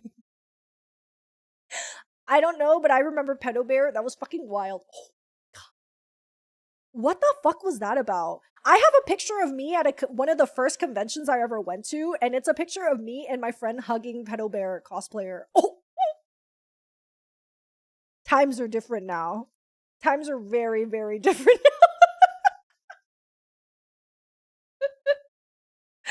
very, very different now. Yes. You know, and it wasn't even like I thought Pedo Bear was that funny. It was because my friend at the time thought Pedo Bear was super, super funny. And you know, I'm guilty and an enabler, I guess. You know what I mean? Toki Doki was super big in my middle school circles. Oh, I never really liked Toki Dokis that much. Do you guys remember Skull-animals? Skull-animals, those were the fucking shit, dude. Those are genuinely the best plushie to have come out of like the emo era, like Hot Topic era during that time. I loved those so much. I wonder if I'm sure I wish they still made them. I wonder if they still do actually. We see a pedo bear now, they're getting jumped. Yeah, we're jumping them. They're getting jumped. Oh my god, they're so cute. Skull-animals. Look at these. How cool. Oh my god. I love these so much. I think the designs are so good. I love the plushies. They're so fucking cool. I love these. They were great. I conjured ancient magics. Yaoi paddle. Oh my god, the era of the yaoi paddle. Cons have also changed so much. It's crazy. It's wild what the world has learned and unlearned. We're in like a really weird era right now where I feel like we are like slowly slowly realizing that we were a little too PC after a while, but then it's like going a little too far and people are starting to like use slurs again. It's fucking crazy, dude. We gotta find a good middle ground, you guys. Let's find a middle ground to not be an asshole, but also like it's okay to be kind of funny now and then. You know what I mean? We can just be a little funny. We don't have to be we don't have to be insane. We could be chill. Let's just chill. I love these as a kid. I love these so much. I think they're great. By the way, raiders, thank you for the raid. But if you guys need to eat and sleep and do all of that stuff, then please feel free. But you guys should check out my stuff. I make covers and I also talk a lot and I'm sweaty and I don't mean sweaty in video games. I mean like physically sweaty. I'm sweating right now. But yeah, if you need to take care of yourself and sleep and eat, then please feel free. You're not trapped with me forever, unfortunately. If I could, I would, but I cannot control you. So enjoy your free will. Now we are getting ID requirements for Spotify. ID requirements? What? Seriously? The robot slurs got me nervous.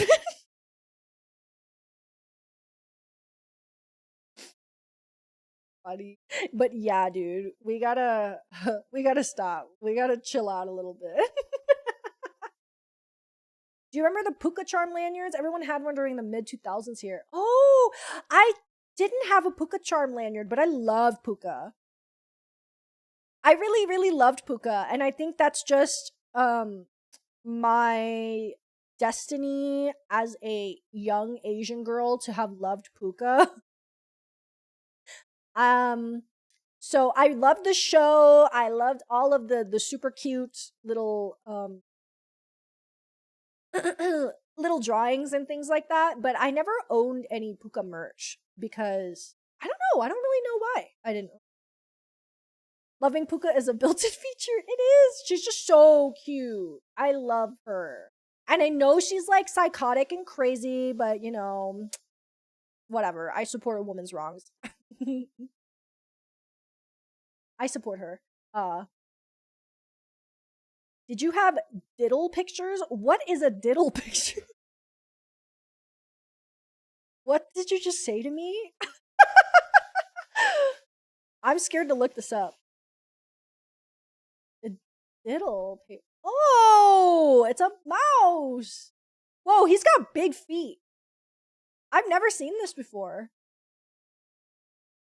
Oh, is this is this German? Mein Freund. They're cute. I like this. I love their big feet. Look how cute.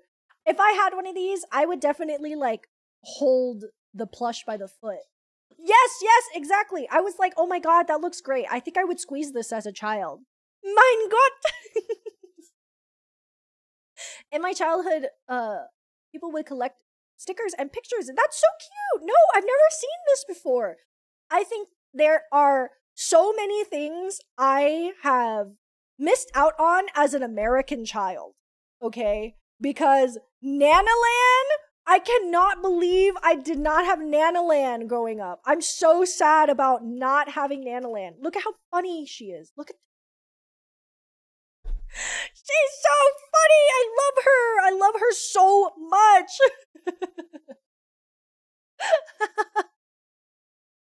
I love her. I love her so much. I would have been such a happier child if I had Nanaland. Okay? Look at this. Look at her. No, Diddle was not in the US. We had I again was very lucky to grow up with lots of like my Asian influence staying with me. So I've always just really loved like Sanrio and Puka and Domo and things like that. But I never really got into too many American like based mascots.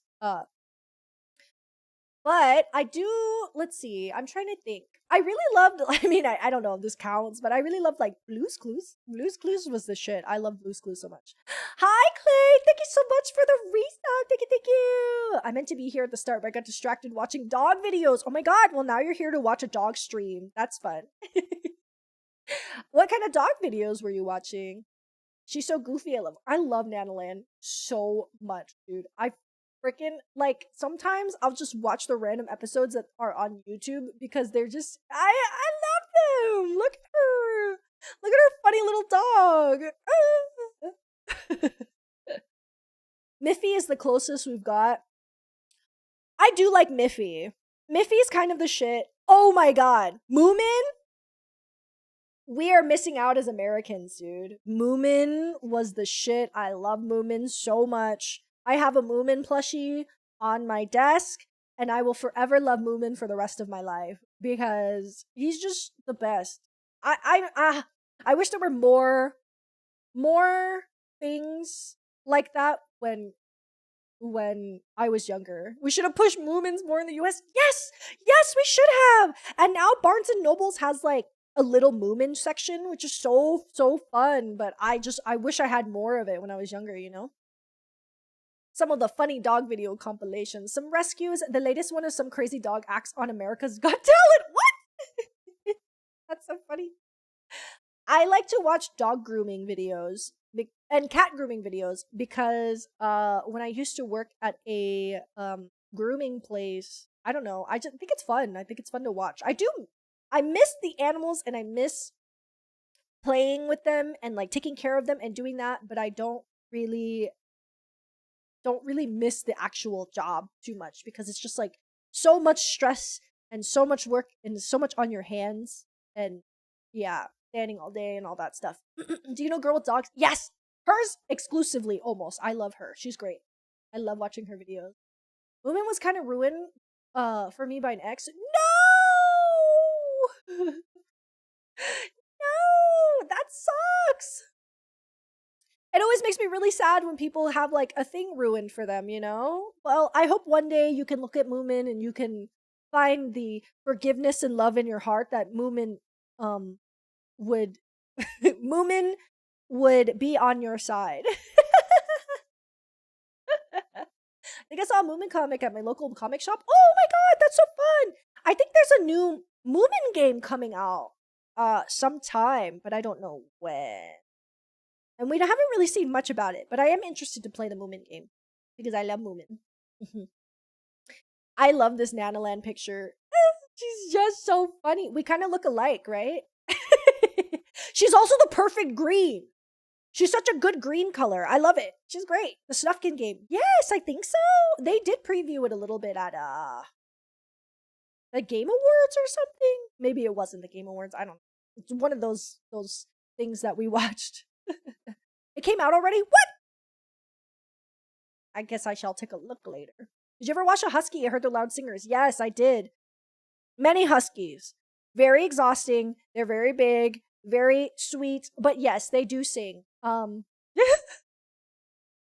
Dogs are very loud and they love to scream, but I think most of the huskies that we had were pretty well behaved generally, just because I did work at a private groomer. I worked at like a public, like a PetSmart for a little while, but after that I worked at a private groomers, and those dogs were generally just much more well behaved. I feel like a lot of the time, just because like I don't know. I guess like if you're gonna pay $300 every 2 weeks for your dog to get groomed, they should be well behaved because it's a lot easier for a private company to be like your dog is not well behaved enough to be here than like at like a PetSmart or something, right? Where they're going to probably try and take in as many dogs as they can because it's a company, a bigger company that makes money that way.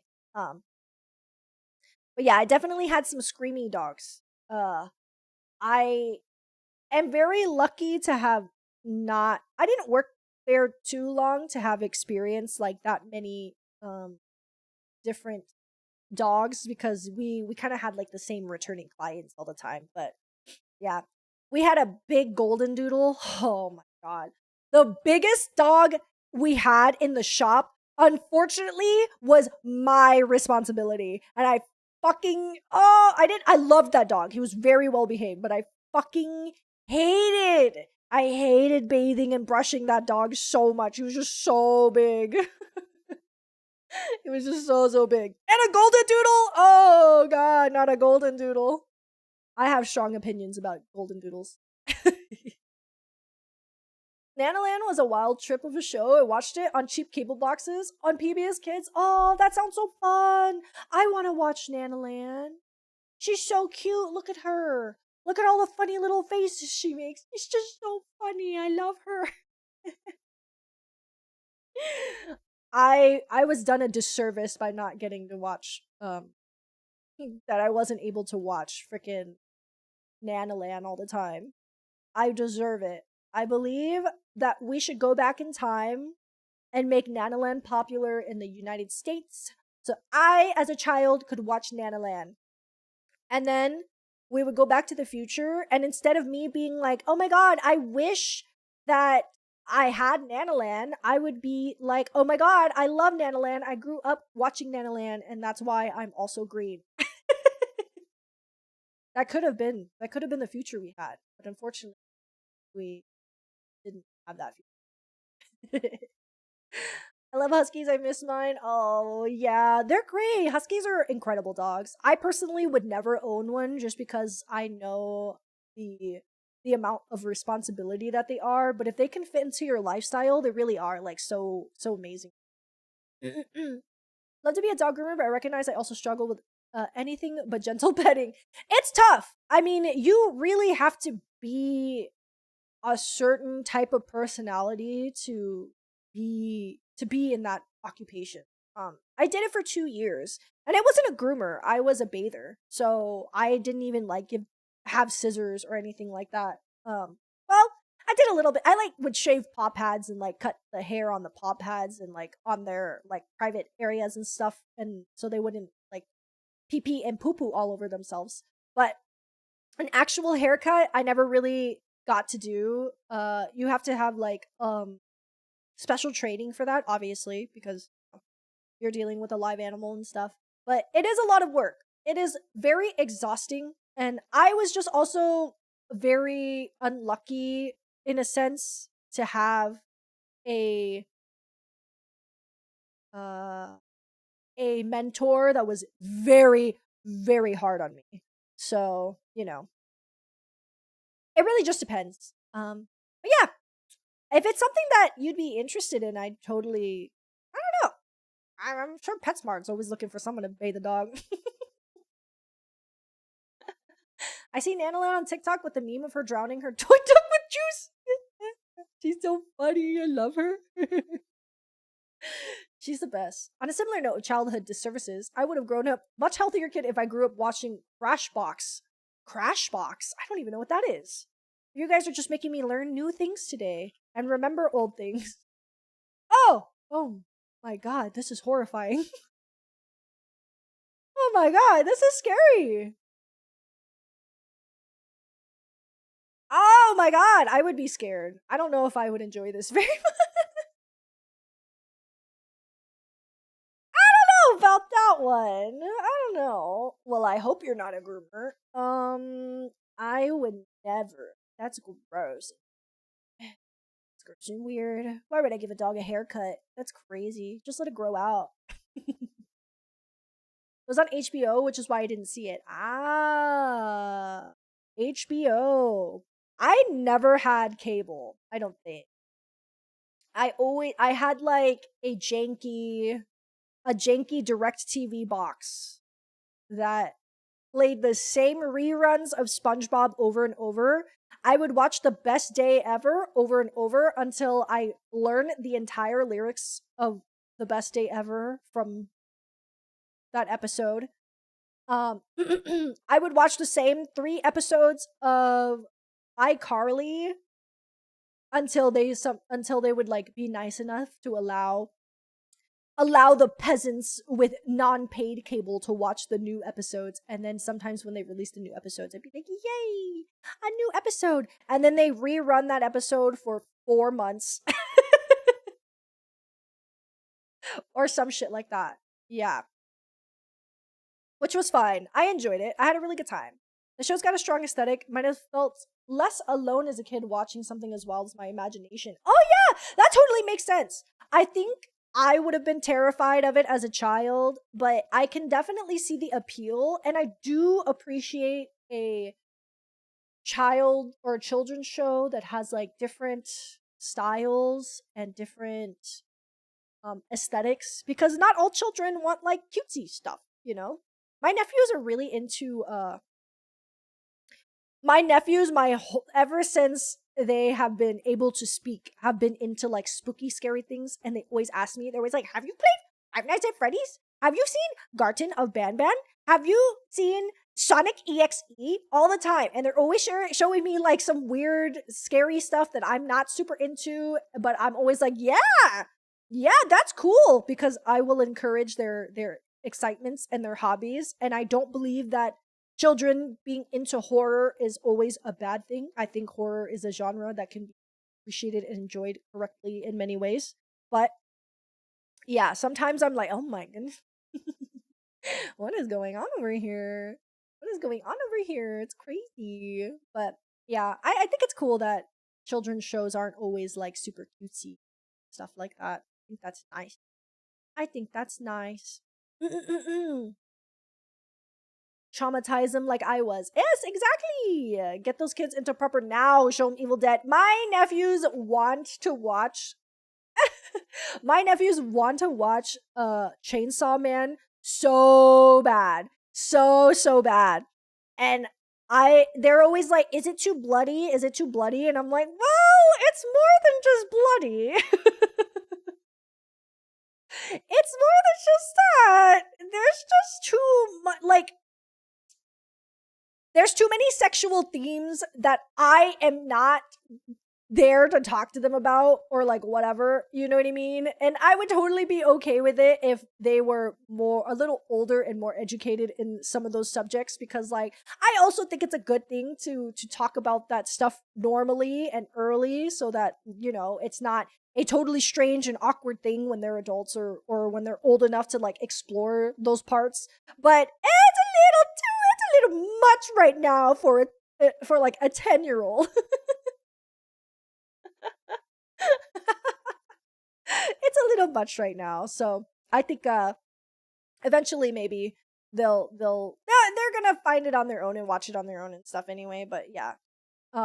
It's because they love Pochita. They think Pochita is so cute, and they really like Pochita, and they think it's like you know, and they've watched anime before. They're not really into anime though, which is really interesting. Um but they're interested in Chainsaw Man. But I think it's because like the art style is like super cool. It's kind of creepy, it's kind of dark, and there's Pochita. We love Pochita. That's the biggest thing, is there is Pochita, and they want to see Pochita more. So we love that little guy. We love a little dog. But yeah, right now all they can do is watch Five Nights at Freddy's. They're always showing me some Sonic EXE shit. Are y'all fuck with Sonic EXE? I don't know anything about Sonic EXE. As much as they've shown me information about it, I don't know shit about Sonic EXE. They're also really into the digital circus right now. And what is it? What else? Friday Night Funkin'. Friday Night Funkin'. We love Friday Night Funkin'. Here we go. Friday Night Funkin'. 4 babies. 4 babies. Oh my god. Hi, Ika! Thank you so much for the 36 months. Woo! Oh my god. Free whole year? Free year? It's your free year birthday! Yay! Thank you so much, Ika. Enjoy your little guys. 4 babies. Show them the Godzilla NES creepypasta. Okay, I'll look that up. They like Godzilla and they like creepypasta, so maybe I'll show them Godzilla creepy. They shouldn't be watching Amazing Digital Circus. Isn't that bad? They are deep brain rotted children. They're very I think they are very clever and smart. And it's really I can only do my only so much as an aunt, right? I also don't live by them anymore. But every time I visit them and I talk to them about stuff, they're always very like aware about the things that are bad about it and the things that are good and the things that they like. And I realized that what they really like is the artistry and they love the feeling of like being spooked and things like that, but they really are not brain rotted, which is really cool and really nice. And I am also a very smart and good aunt that I know how to talk to them properly, and I do my best as an adult to guide them into the right direction. And I'm really not too worried about them being brain rotted, I guess. But I mean, I don't know yet. We'll wait. I think the problem age is really when they're like 15 and then I start getting scared. You know what I mean? Hi, bestie. I fell asleep. What did you end up playing? I didn't play anything. I've been fucking talking this whole time. I started yapping. Yeah. Excellent taste. Wait, they like Godzilla? Have they found analog horror? I have no idea. I'm gonna be honest. I have no freaking clue. Um, I am not as involved in their like search history and media interest as that much. So we'll find out. But every single time I come over, they got to tell me about everything that they're into. So we'll find out. We'll find out in a couple of years, maybe. Maybe like, no, not a couple of years. Maybe we'll find out like later in the year because I want to go see them eventually. Those are some hip kids who could party on Mount Fuji. Your cousins would get that reference. They're my nephews, but yes. They would. They would get it. The Amazing Digital Circus isn't that bad. I watched the first episode and then I thought it was cool.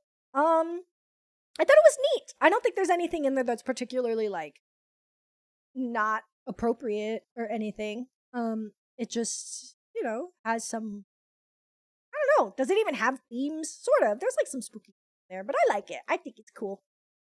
I also think the art style is really cool. One of my nephews also really loves to draw like creatures and scary things, and I think that's really, really cool. I really hope that I think a lot of people worry about like the things that children draw sometimes, and they're like, oh, this is weird, or they're into weird things or scary things or blah blah blah or whatever. But I'm like, I think it's cool to let a kid explore their artistic expression and things like that.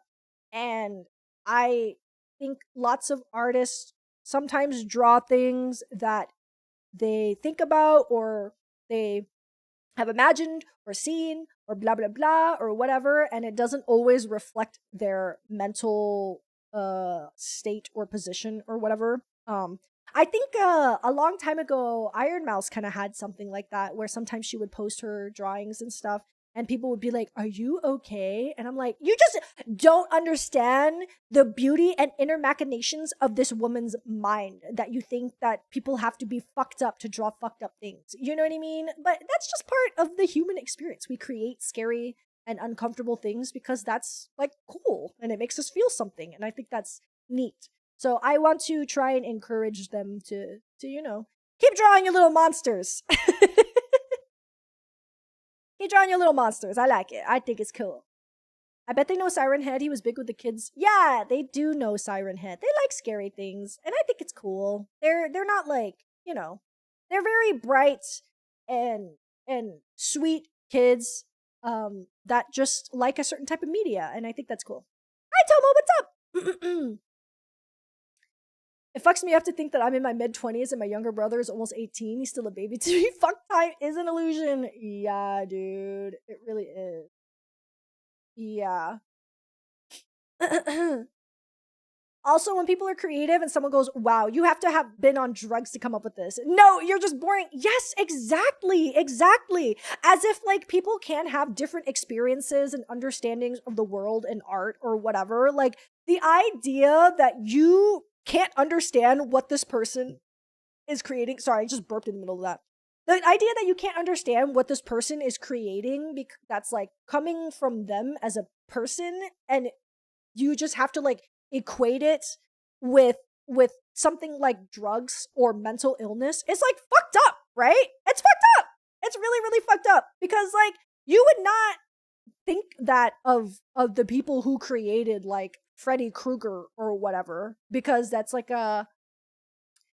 because it's like popular media or whatever. But when people try to explore that a little bit more, people start to get scared. You know what I mean? And I'm like, what are you scared about? Welcome back, Rick Sanchez. I'm smarter and better than him.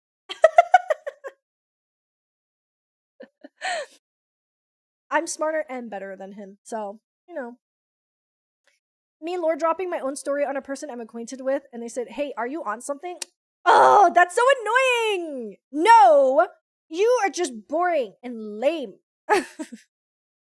Art is not only validated by money. Yes, exactly. We lift up the artists here.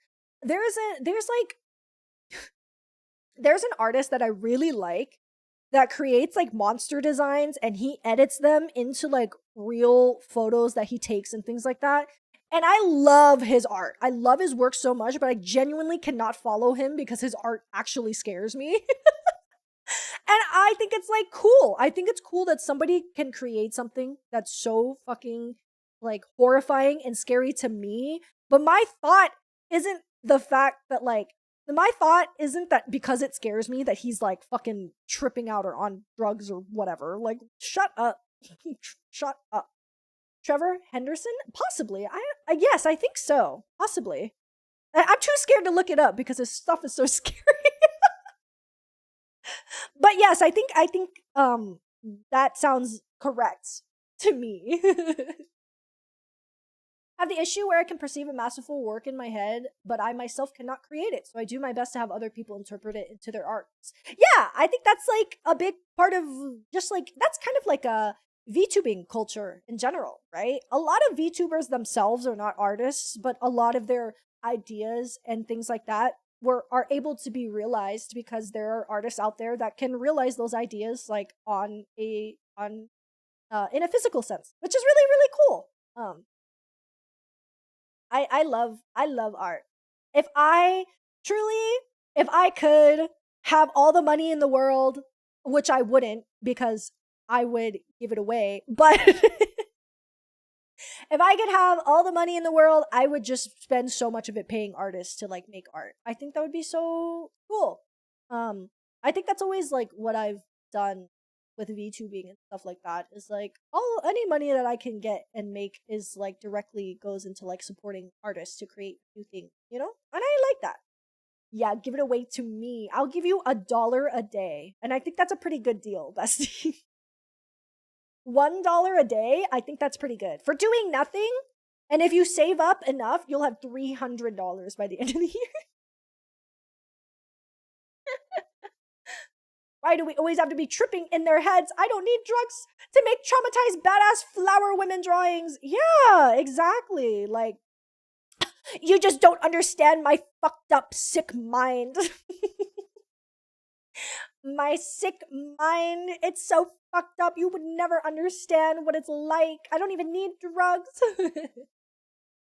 He doesn't want to admit that the same time of creativity that lets Jackie Chan use a ladder in a ton of creative ways also lets someone like Junji Ito figure out how to make a ladder terrifying. Yes! And that's another thing, right? Is like when Junji Ito is just like seems like just like a sweet older guy, and he makes these not terrible, terrifying, horrible like stories and situations that like would never happen, but they make you think and they make you uncomfortable and they make you scared. And it's the same thing with the Higurashi guy that is working on the new Ryukyushi 07, I think. He's also very similar. Like people watch Higurashi and it's like fucked up and weird, but it's like interesting and cool and scary, but you know, it's so upsetting when people see scary art or art that makes you uncomfortable and they're like, "You're fucked up. You're fucked up in the head." You're fucked up in the head. Yes, exactly. I would house artists and cover their every whim for them to make creative works. Yes, get in the basement. Get in the basement, and it's gonna be a nice, cushy basement. I'm gonna pay for everything. I'm gonna pay for all your needs and all your food, and you just have to draw. And you just have to draw, and I'll take care of your every single need. You want a brand new bed? I got you. You want a car? I got you.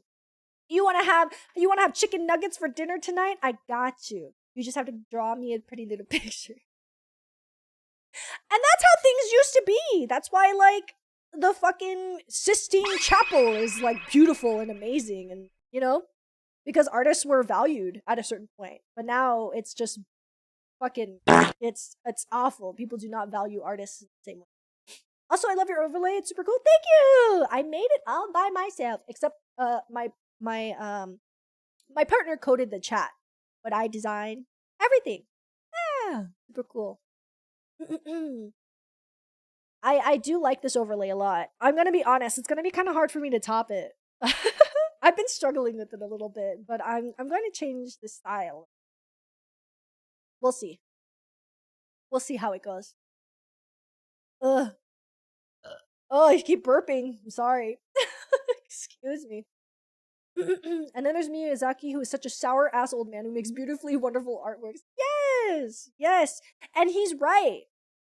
He's right.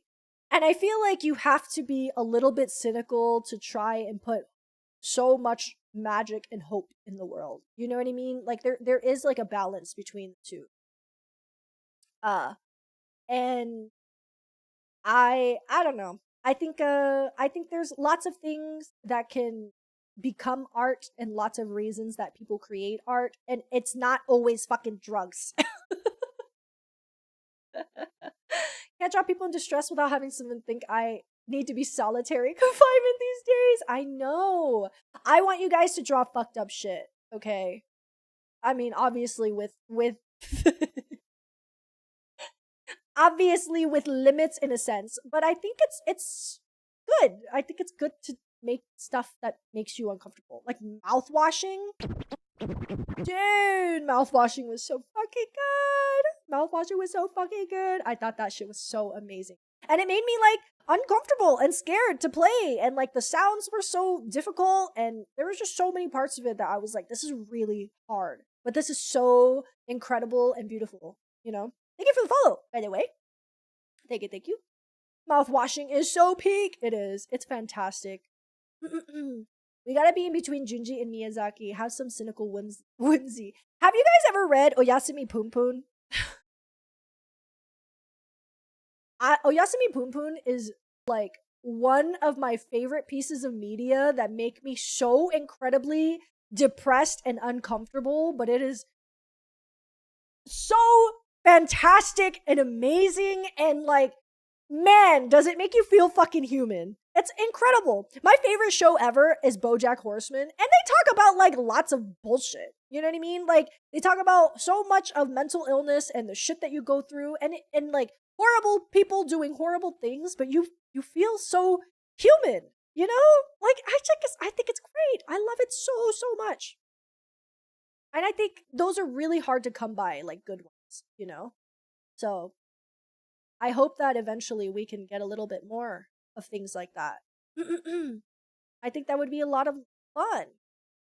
Oh, Yasumi Punpun mentioned, yeah, it's really good. I have read it. I have not read it. I feel like I should. I think if you are interested, it is definitely worth the read. I think it is one of the most memorable manga I've probably ever read, generally. But I like it a lot. I think it's worth it. I think it's cool to see people go through hard times in their lives, in media, obviously, because you find a piece of yourself in it always. And that's like the beauty of the darkness of the art, is everybody has a little bit of darkness in them. And we find ourselves in that. And that's neat. I like that. I literally said this after seeing this one movie and film. It felt like a traumatic experience, and it was amazing. Mind you, this movie had no explicit shocking moments, just elicited that kind of stress. Yeah, it's cool. It's great. It's good to feel seen as a human being, have emotions. I once saw a dude on the street with a sign that was essentially the pleading fingers together will draw titties for room and board. Oh my god. That's so fucking funny. I love that. I love that. I would love to pay somebody their livelihood for drawing titties, you know? And I think there's lots of people out there that do, and that's fantastic. The furry community, they're keeping the commission economy alive, okay? And it's lots of titties, and it's lots of not titties, and it's lots of crazy cool things, and it's great. It's great to know that there's an ecosystem of artists out there. I love that. In terms of a work or art video game hitting me so hard in mental health to the point I have to take a break happened in the oddest place possible. I still love the game because I think I needed that experience. Yeah, totally.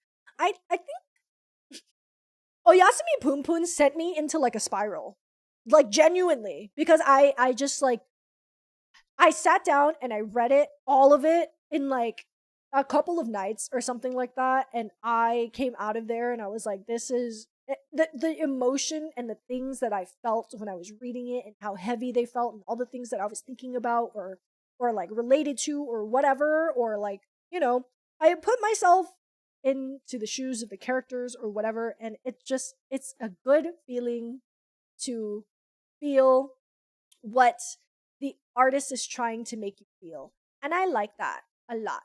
I like that very, very much. That's how I'm trying to be. One day when I become super famous and I have $1 billion, Connor, you're going in the basement and you're going to be drawing. You're going to be drawing and you will have all your needs met, but you will be drawing. One day. Lots of titties and lots and lots and lots of wieners. Yippee! Wieners! Yeah. I think that's cool. I love that. It does take like a lot of shame, I feel like, to draw things like that. You know? I mean, because I've always drawn things like that in the privacy of my sanctity, of my sanctum. But I don't really post, like, you know. But it's always good to draw things like that because you learn more. How better to learn anatomy than to draw a naked body, right? Which is why I feel like NSFW artists and stuff like that get really good really fast because you're drawing like one of the most natural, like animalistic things about the human body, which is pretty cool. I think that's pretty neat.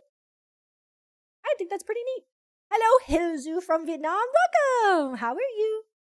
I hope you're having a good day. For me, Doki Doki Literature Club got me. Oh, I see. Sayuri explains her depression hits me so close to home. Ah, I haven't played that game yet, but I really want to.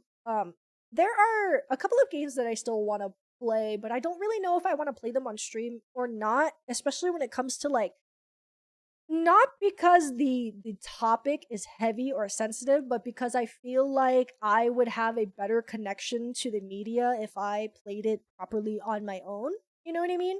Like Undertale, and DDLC also are both of the things that I think I would have a better grasp of if I played them on my own. Uh, and I used to do this thing where I'm like, I'm gonna save this game for stream. Do not do that. My tip for you as a streamer, do not fucking save games for stream. Play the games you want to play and play them whenever the fuck you want. Because it's gonna end up not being played if you're quote unquote saving it for stream. You're gonna end up with a huge backlog of games and then you're not gonna play them. So just play the games that you want to play however you want to play them when you want to play them. But yes, I have this one furry artist on standby because this motherfucker draws anything. He draws it super fucking well, from monsters to fantasies to born of my OCs. He's awesome. It's always good to have an artist in your pocket. I love a little artist in your pocket. I love artists in the pocket. Also, some NSFW artists have background in medicine, so that helps. Poxy, is there something you need to tell us? That's so funny. That's so funny. Hey, we're all a little bit of a pervert. Am I right, guys? I'm a girl pervert and I'm a very, very kind and sweet and nice, and I have a pure heart, and that is what allows me to be a girl pervert. That is what allows me to be a girl pervert. Mm-hmm. So if I draw porn of my OCs, I mean, yeah, you'd get better. Yes, very quickly, I'm sure. Drawing naked figures, how art is academically taught anyway. Yeah, absolutely, it is. I mean, like nude models and things like that. That's like very known in the art community and stuff. Make sure not to put a spoiler in my message. Thank you, thank you. Thank you. The AI Somnium files in my Steam library staring at me. I need to play that. I've heard really good things about that too. There's so many games. There's Soma is one of the games that I did not play, but I watched Markiplier play, but I'm really glad that I didn't like I got to watch somebody else experience it and then I got to take in the full message because that is one of my like I really like Soma a lot. That's one of my favorite watches, I would say, that I've seen from a full playthrough. Got a call about someone standing around naked in a classroom once, and it was a fucking anatomy class waste of time. Got hairy butthole scarred into my brain. That's the natural. That's what the natural body looks like, bestie. Sometimes buttholes are hairy. Sometimes people got hairy buttholes. That's okay. What's better than drawing naked figures? Making them. Let's sculpt naked bodies like the masters. Yes, dude. The sculptures where you can see like the skin being pressed into or whatever, I think those are so cool. I love to see like a classic old sculpture. It's so fun. No, I'm a saint. Okay, whatever. Whatever. I'm having to allow the word pervert right now. This one's for the girl perverts out there. Yes! I almost got banned from Pinky server for being a quote unquote pervert. Well, what did you say? What did you say? Hell yeah, I love sex and I am very respectful to others about it. That's how it should be. I think it's fine. I think it's totally fine.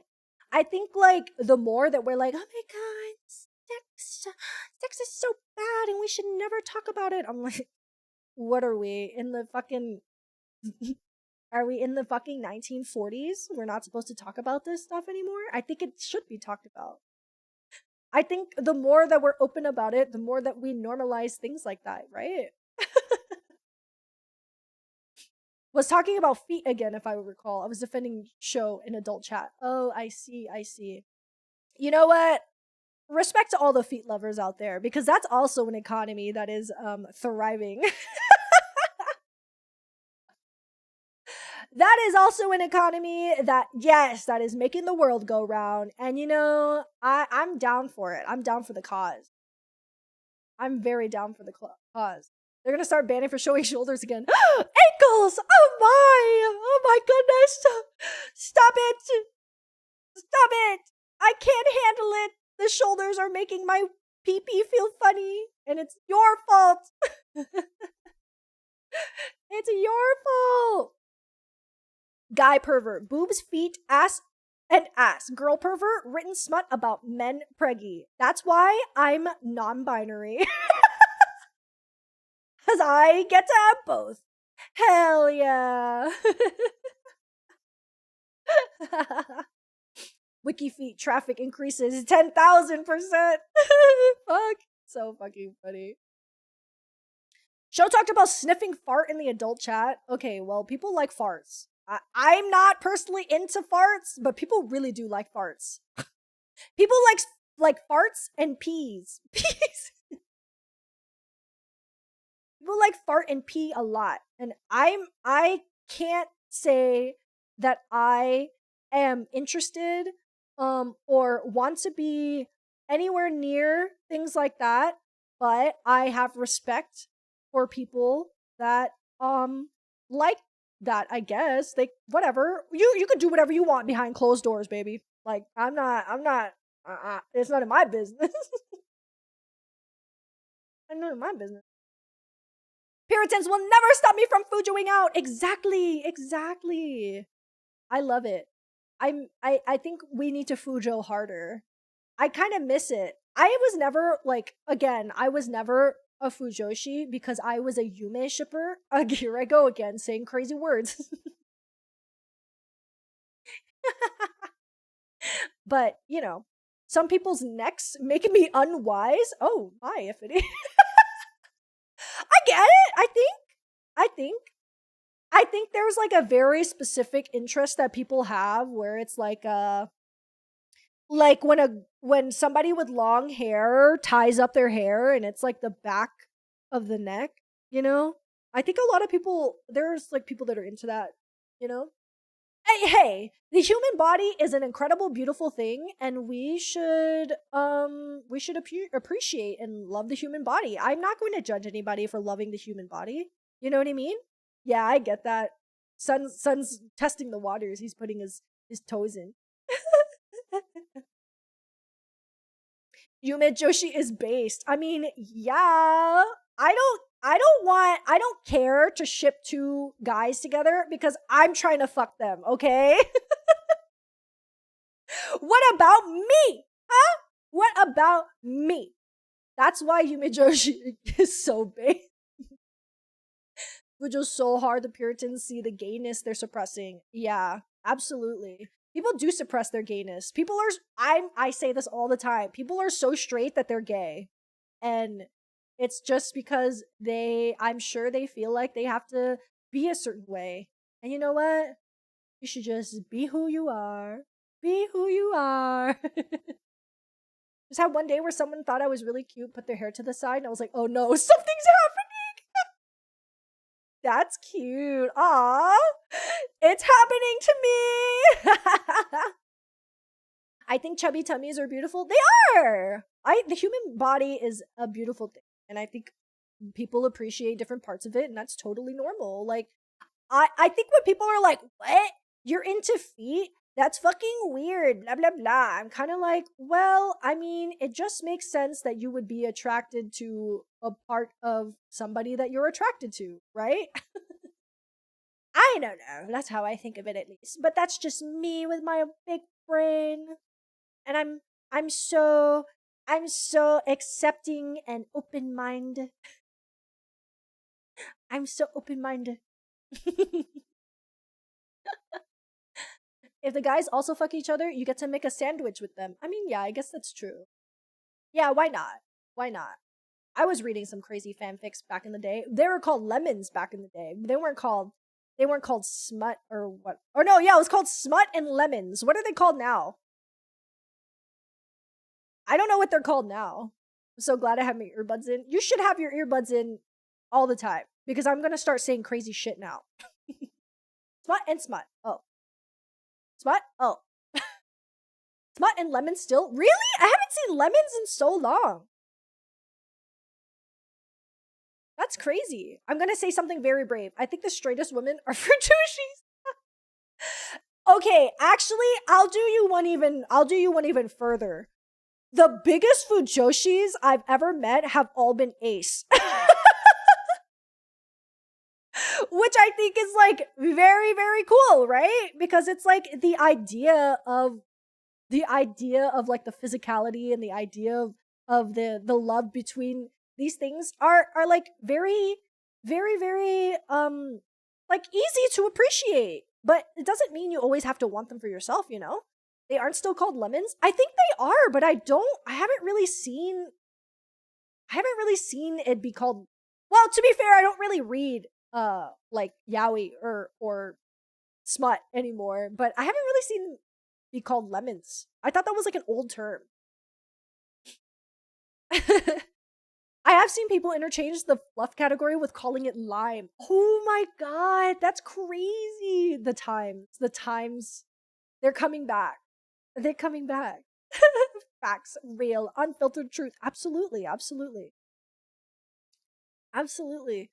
I only see it called lemon in fanfics. Yeah, I think so.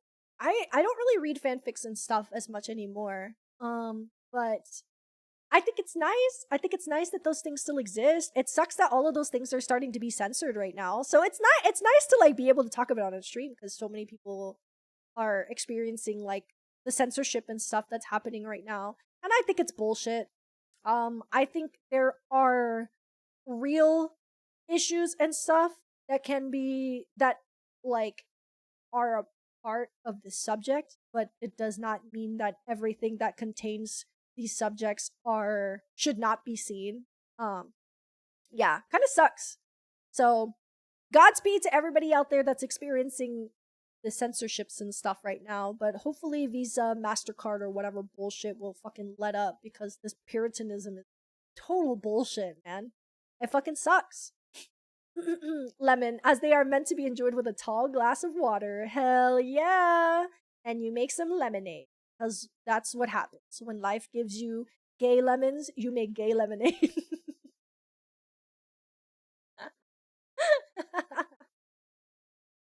Yeah, that's good, Otis. I think it's really cool that so much of finding yourself and finding your individuality and your comfortability with yourself and just how you present has so much to do with like your relationship with your sexuality and just sex in general. Like it is such an important thing for us as humans because we have been taught so I mean even now like I said with censorship we've been taught for so long that like these things were bad or gross or you know we are sinners and we are disgusting and gross, but it's like damn dude I'm wearing a short skirt and that makes me what a slut. And what if I am? What if I want to look like a slut? What if I want to dress like a slut? I will, and I will. And I will. I don't want to put on a tinfoil hat, but the censorship is just a step one plot for corporations to flex their power of government. Everybody put your tinfoil hats on. They're going to get us. No, but you're right. I agree. And I think it sucks. But I don't think it'll last for very long, to be honest. And I really hope it doesn't, because I mean, for as long as we have existed on this planet, we have fought back um with things like this. So I believe in us, and I believe in us as human beings and and smart individuals that we will see the light. You know.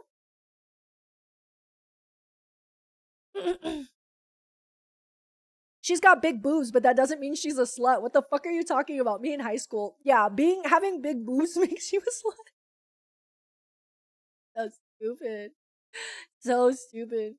You're talking about sex. That's a sin. That's only the tip of the iceberg, Puritans. Yeah, come on. Viva la revolucion! Yes, exactly. Yes, exactly. I think I also had that. I felt very ashamed about like being a sexual creature and being having like a high sex drive and like I felt like really gross and weird and bad about it, especially growing up as like a girl who felt like those things were not things that I should have desired or whatever, you know? Like literally it's the fucking not I'm not Catholic, but it was Catholic guilt. The Catholic guilt. I wasn't even Catholic. But yeah, we're just yeah, that's just how life is. We're sexual creatures and that's okay. And I have accepted that a lot more over the years, and I think it's like definitely made me better as a person to have accepted things, you know? Um I think there's like lots of VTubers who I think there was this like weird thing with VTubers a while ago where it was like, oh, if you become like an NSFW streamer or you become like a sexy streamer, then you're just doing it for attention. You're doing it because you're getting popular and blah blah blah. But I'm like, the reason why a lot of these people get more popular when they're doing like when they're accepting themselves more sexually and stuff or like presenting themselves in a more sexual way is not only because one, sex sells, but two, because they're probably being a more authentic, real version of themselves that they found that is more interesting to watch. You know what I mean? Um, which is whatever. Yeah. To be fair, wanting to be popular in and of itself is also fine. Yes, exactly. Like that's the internet. The internet is a fucking popularity contest, man. And it's okay to like want certain things for yourself and to also be a truer version of yourself. But yeah, thank you, Mr. Baconator. I hope you guys enjoy my hat while you can because I will not be wearing this hat in the future. Once I debut my new model. But yeah. The VTubers in the space in general get so weird about it. Yeah, I think when I started, there was this huge like split in like the say so versus lewd VTuber or whatever. And I think that's really fucking stupid, you know? Like, I think it's whatever. Um, I think people can be as sexual as they want or as non-sexual as they want, and that's just all up to personal preference and personal like being and how you carry yourself in your platform, you know? What do we want? Titties! What do we want them? No! Yes. I don't have titties, but the binder will come off eventually. This model has no titties at all. And I think that's also been good for me as a streamer because some people watch me when they're like at work. Yeah. Very, very flat. But I think I've always been like a safe streamer for a lot of people to watch for a while. But yeah, because especially my stream years ago used to be all ages.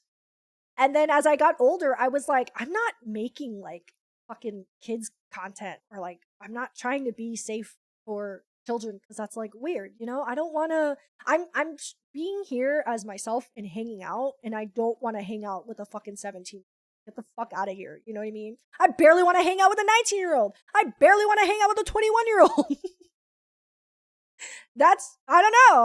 I'm not into that. So like, you know, haven't heard the say so in years. I'm really glad it fell off. I'm not gonna lie because people were hella weird about that shit for a really long time. Yeah. I don't want to be seen as a shallow-minded deviant for girlies. I have to be mindful of my masculine privilege. I mean, that's really cool. That's a really good thing. I think everybody is different and everybody has their own boundaries and everybody has their own understanding of what they desire and what they don't desire, and that is between you and the other person that you are interested in having that sort of relationship, right? And I think there's so much of the world of like people being like, you have to be a certain way because this is what I have been told or this is what I have believed for a long time. But I'm like, baby, there's fucking millions of people in this world. Billions, maybe even. I don't know. But there's so many people in the world. There's no fucking way that there is like a singular right or wrong for every single person that there is in this world. You just have to set your boundaries and understanding for yourself and the people that you are involved with. That's just how it be. That's just how it be. You know what I mean? I feel like there's always like this general blanket statement that is put over the entire world whenever somebody puts their opinion on the internet, and that's also not fucking true, you know? Like my opinion is my own and your opinion is your own, and it doesn't like it's like the pancakes and waffles argument, right? If you like pancakes and you fucking hate waffles, and that's not true. That's just not true. And there's some people that are. But guess what? I like both. I like both because I'm open minded. Because I'm open minded.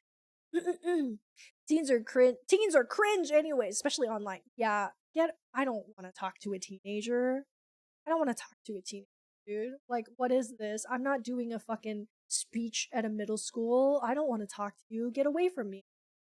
If someone tries to turn me say so, I will drop kick them. Yeah, and I have like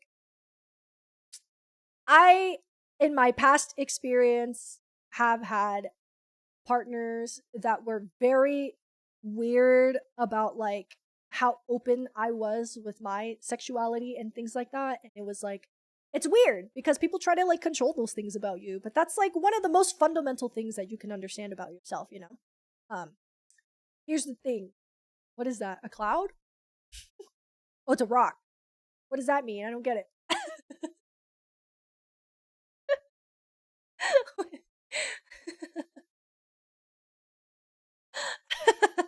Are you open minded? You put your own. Fuck. Put your number in my iPhone Pro Max. Yes, exactly. The Thing from Fantastic Four. The only thing I remember about the Thing from Fantastic Four is he like goes home to see his wife with another guy or something, and she like thinks he's gross, right? I mean, I'd give it a shot, whatever. He might rock your world. Am I right? That's what he should have said. And then she would have changed her mind probably. He said, he has a wife who loves her? What? Maybe I'm making shit up. Why are teenagers so nasty online? A few times I've had to interact with them, like in MMOs, I trying to be polite and they're absolutely rancid. It's because they are dealing with many emotions and chemicals going on their body through their body and they don't know where to put it. Okay? And a lot of these teenagers are probably going through some other bullshit, but at the same time, it's like as a teenager, you are just a rancid sort of being that is not fully formed into the human that you are learning to be, right? I can say that I was a rancid teenager as well. Not that I was like being mean to people on the internet, but I don't know, maybe I was. I don't fucking remember. She also puts the ring on the floor and he can't pick it up because of his big fingers. Why? Why'd she put it on the floor? That's crazy. Oh, I was awful. Yeah. And that's just you learning, you know. They're calling me slurs I didn't even know existed. Oh my god, dude. The slurs are crazy. And that's just what you do as a teenager. Is you do things that you feel are like bad and taboo because it makes you feel like better or stronger or whatever, you know? It's yeah. I will fully admit I was a filthy Frank teen. Oh, that's a crazy one. That's a crazy oh, not you too, Nema. Fuck. That was not me. I was scared. He always freaked me out. I remember the first time I clicked on a Filthy Frank video, I clicked on him because I was like, oh, he's kind of cute. And then instantly scared the shit out of me. And I was so turned off. I was like, this man is not attractive to me anymore. And I didn't watch him anymore. But yeah, I mean, yeah, you're interested in things like that. You're interested in your weird fucked up mind when you're 17, you know what I mean? Nobody understands the darkness that is going through my mind as a teenager. So I'm watching Filthy Frank to feel alive. That's just how it be. You might find him attractive now as Joji. I don't find him attractive, but I do love Joji's music. I love Joji as Joji. I think he did like the best PR move he could have done was becoming Joji, and it was great. Except for that one where he's like, have you seen Alien? I've never seen that. I've never seen that. Oh my god, do you guys remember? This is not on topic by any means, but do you guys remember when people would say, can I has? That's what that reminded me. Can I has cookie or something? Can I has? Can I has? We should bring that back, guys. Let's bring it back. Can I has cheeseburger? Yes, can I cheeseburger? Let's bring it back. Let's bring it back. Clicking on Filthy Frank because he's kind of cute. It's because I like super dorky looking guys. I love a really normal dorky looking guy. Glasses. He had like glasses and kind of messy hair and he was kind of like twinkish, right? And then I clicked on him and I was like, oh my god, I'm scared. I love a nerd. I love nerds. They're my favorite. My favorite genre of man is a nerd. But that's the thing, right? Is like liking a nerd is very much like walking into a minefield because you don't know which one's about to blow up. Which one's about to be a crazy type of nerd, you know what I mean? Like is he like cute and like nerdy and sweet, or is he an incel? It's one of the two, and you gotta really tread lightly because it's like it's fucking scary out there, you know? He loves his middle-aged salaryman twinks. You know what? Yeah, I do. When I went to Japan and I saw like men in suits playing their little fucking like little fucking rhythm games, I was like, wow, that's so cute. I'm down for the cause, okay? I like real nerds too. I'm not on the the nerd also has to be like conventionally attractive in a sense, like he takes off his glasses and he's sexy or whatever. No, like he's got to be kind of unconventionally like not I think conventionally attractive men kind of freak me out. I don't know what it is about them. They kind of freak me out and they scare me. And yeah, I just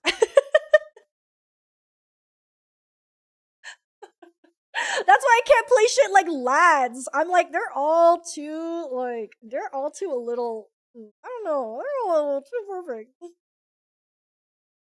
It scares me. There is no middle ground. It's scary. It's a minefield. Can I has hot dog? You can has. You can has hot dog. I'm kind of ugly.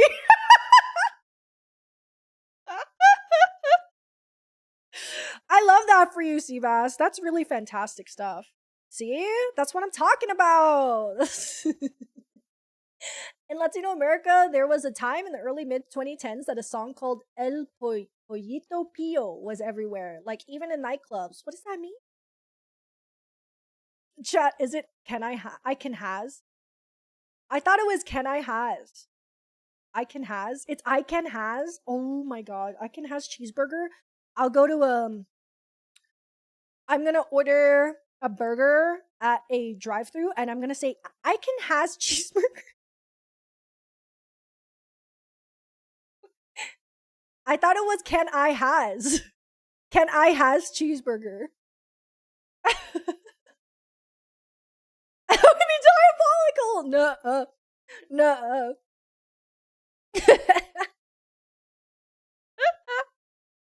I don't give a shit what someone looks like. The moment someone starts rattling off lore about their favorite thing, I'm instantly smitten. Oh, absolutely, absolutely. I feel like the attractiveness comes later, you know? Always for me personally. But like, I don't know. I have never met a person that was a really sweet dork that was also like incredibly good looking. They're always like incredibly good looking or and kind of mean, or they're like a nerd and like kind of weird and not like a cute way, in like a scary way. I think of the roadblocks cheeseburger sound is why I say can I has. Oh, there's a Roblox. Or maybe I'm thinking, do you like mudkips? I've never heard that. We gotta bring back old internet lingo. We should say rafflecopter again. Um, that was a lifetime ago. That was a lifetime ago. I can has. I can has cheeseburger. It means Pio the chick. It was about a chick that kept getting hurt. Low key felt like a child's song, but for some reason it was everywhere and even adult locations. Oh, interesting. It was low key a farm rhyme since it put together farm animals and their noises. What the fuck? We were singing E-I-E-I-O, but it was about something else. I imagine you pull into McDonald's drive-thru, a middle-aged guy taking your order, and the moment you say, "Can I has cheeseburger?" he sprints through the walls and beats me to death. Nuh-uh. He would sprint through the wall and then give me my cheeseburger. Cause that's what he's paid to do. That's what he's getting paid to do. I said, "Can I has cheeseburger?" And he said, "You can has cheeseburger." You can. It is making us age in real time. That's what I do. I told you guys. I'm collecting all the 30-year-olds and I'm gonna send you all to the sun. Me when I accidentally typed 10 instead of B. Yes, dude. Purposefully mistyping things is so fucking funny to me. I used to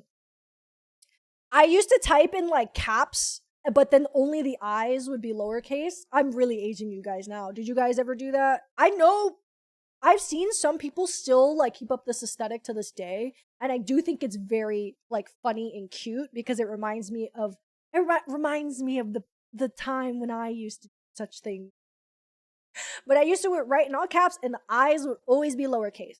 I's had to be lowercase, and that was just the swag back in the day. That's what you did. That's what you did. I love it. I think XD is still really good, but the only people that I know that still use XD or that I've seen use XD do not have pure hearts. So, yeah. I used to type like this. People still type like that. Sometimes I'll get DMs or emails of like, "Hey, I would like to commission you," or something like that, and they type like that, and I think it's kind of funny. I love that like old typing lingo and habits and stuff like that have still been around for as long as they have. I think that's fun. Gotta do the GTA Big Smoke fast food order. Fuck! Yes, absolutely. Absolutely. The sun, why must I be sentenced to the same shithole as Birdly? Who's Birdly? Does he live on the sun? I remember an old typing quirk I used to use as a kid on my based on my OTP, I could still create it. Oh, that's so pure-hearted ones use this instead of yes, yeah. I still use :3. I love :3. :3C, that's the best one. That's the good shit. That's the good shit. For psychic image bitch. That's really terrible. It took me the longest time to figure what IG means, I guess. Oh, yeah, that's fair. I did not it took me a really long time to know what Saibao meant. Saibao. It means shut yo bitch ass up. Wow, the internet moves in incredible ways, doesn't it? Internet moves in such incredible, beautiful ways. It's crazy. It's so fun. I love it. It's fantastic. I think it's such a good time. Oh god, I just sucked in a spit and I'm choking. I'm sweating. I can't believe I talked for so fucking long. This is insane. I once dated a dude who started using embellishments on his text midway through our relationship, and I remember breaking up with him and his text being Shakespearean font. You know what pisses me off the most? Is when you date a boring texter and then they get a personality because you were dating them and you texted them, and now you see them on the internet and they type like you, they stole your personality, and I'm like,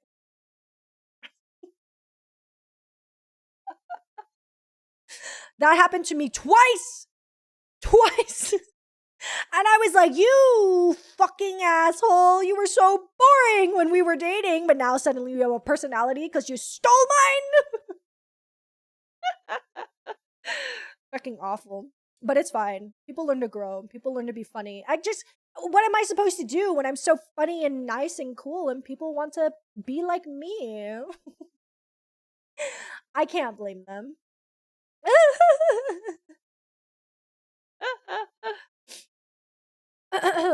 Wait. We just are personality mimics. It's a trauma response to match the people we talk to so people don't hate us. Well, get your own. I'm kidding. It used to bother me, but I was also like, it didn't bother me because I believe that they're like stealing my personality or anything. It just bothered me that like they didn't have that personality when we were together, and they were so like dry or whatever it was when we were together, and then to suddenly have like this big personality to talk to other people with, I'm like, come on, what the F? But whatever. I mean, I'm an adult now, so I don't really give a fuck. They'll find their personality in time. They need to learn about to care about the things on their own. Yeah, I didn't read that correctly, but you know. It only manifested afterward. Yes. It'd be one thing if they had started talking to me like that, but it's like they manifest it like after, way after, which is, you know, it's fine. Again, people find themselves later or whatever. I literally made a shitload of shortcuts to type out the quirk faster. I once freaked out my then BF because he was so concerned about how I was responding so fast with the batshit quirk. That's so funny. You created your own language. You created your own language. I thought you were talking to me. I used to do that social mimicry all the time. It was actually so bad I realized I didn't have a solid sense of self. I think that's fair. I think especially like what is it? I think there's like, what is it? The idea or the study or the theory or whatever it could possibly be that we will slowly like lose accents because the world is so mingled with each other now. And it's because like we're parrots, right? We just say things that are popular. We say things that a lot of other people are saying. I've literally been fucking saying it's not clocking to you that I'm standing on business all the time. Like I'm saying that because I heard somebody say it. Like there are buzzwords and popular things, and people are like, you learn things from one another, and that's just like natural as a person. It's totally natural as a person. Um, I think like you take pieces of other people until all of those things that you take eventually come to become part of yourself. You know what I mean? Like the saying of like you are a what is it? You are like a collage of all the people you've ever loved or something like that. I definitely think that's true. I definitely talk the way that I do, and I say a lot of things that like my friends say or we think are funny or Pinky says sometimes, and like I just soak them in like a sponge, because like they're they're funny, and that's the way that you talk with your friends, and that's how you become, closer to those people and all that stuff. So yeah, yeah. I think it's totally normal. But I definitely cared a little bit more about it in the past because I was a teenager slash young adult, and everything was much bigger than it actually was. Everything is much bigger than it actually is when you're fucking 17 to 23 or whatever, right? Icky is why I say bestie all the time. Yeah, I mean, I definitely know a lot of people that are like, I say bestie because I hear you and Pinky say bestie all the time, and I'm like, yeah, it's nice. You see something about somebody that you like, and you take it in, and that little piece of that becomes part of you because you like that. And I think that's good. I think that's good. Bye, Tomo. Thank you for stopping by. I appreciate it. Hope you have a good night. That's why I say abotutli owu. Abotutli is crazy. Abotutli. I need to also wrap this up because I'm sweaty and I'm also hungry. What the fuck? I don't want to listen to this. What do I want to listen to? We're playing this song again. That was fun. Today was fun. I had a really good time. Go get some food. I do. I talked for almost 4 hours. I could feel my voice getting tired because what the fuck did I even talk about for 4 hours? I'm always very nervous about just chatting streams and stuff because I'm always like, oh god, I gotta think of something to talk about. I have to think of something to talk about. I have to talk about something. But and that always ends up happening. I'm just always scared of not having things to talk about, even though I have a million things to talk about. But I think it's because I'm not the most eloquent speaker, so I get worried of tripping over my words and blah blah blah and all of that other stuff. But yeah. A phrase from a friend I can't really reach anymore. Justy. Yes, I love to mix bestie with other words and turn them into, like I call Boo my breasty because she has breasts. Boo is my breasty. I love her very much. She calls me Gresty. She calls Pinky Pesty, which is I think is Pesty. I love bestie mixed with things. It's just really, really good.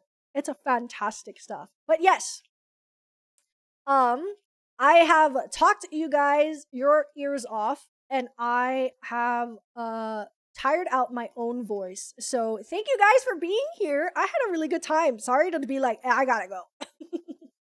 Yes, thank you for coming to my stream. I had a really good time. If you guys are new or from the raid or aren't already, here's my Discord and here is my links. I post whenever I go live on my socials and all that stuff. I really had a good time talking to you guys. I had a really fun time. You never played? I never played what? Oh, I never played games. Yeah, that's okay. I did something even better. We spent quality time together. Isn't that so much fun? Don't you guys like that? Don't you guys like when we talk and have a good time? Isn't that so fantastic? Are we raiding out? Yes, I probably will raid. I think I don't know. Maybe I'll raid Snuffy. Snuffy has a new model and she's so cute. I love Snuffy. She's so sweet. She's so cute. I had a really good time. Thank you guys again. Please check out my stuff if you haven't. I do covers and all that. Well, I don't do. I did covers and have other stuff coming. I have a debut coming in the next couple of months. We'll see. I don't know. I'll be promoting that eventually. Here's the raid message. If you guys don't have my emotes, then you can use the heart. I'm going to send you guys to Miss Snuffy. But yeah, I had a really good time today. I haven't done a solid like just chatting stream in so long. So long. So I had a really good time. And I think we can continue to have more good times in the future, in my future streams. Yay, yatta, yatta, yatta. Okay, you guys. But yeah, thank you so much for being here. Thank you for hanging out. Thank you for the resubs and the subs and everything and the raids and the hanging out and talking with me. It was nice. I've been having a pretty tough like 6 months. So I recently got some good news and my hamster came out after being only out during the night, and you guys came to see me stream. So it feels like things are going on a better trajectory now, and it always feels really nice to be able to spend time and decompress with you guys. So yeah, I'll see you guys later. I hope you have a good night. Bye bye. Thanks for talking with me so much. I'm sweaty. I need to take a shower. Bye, guys.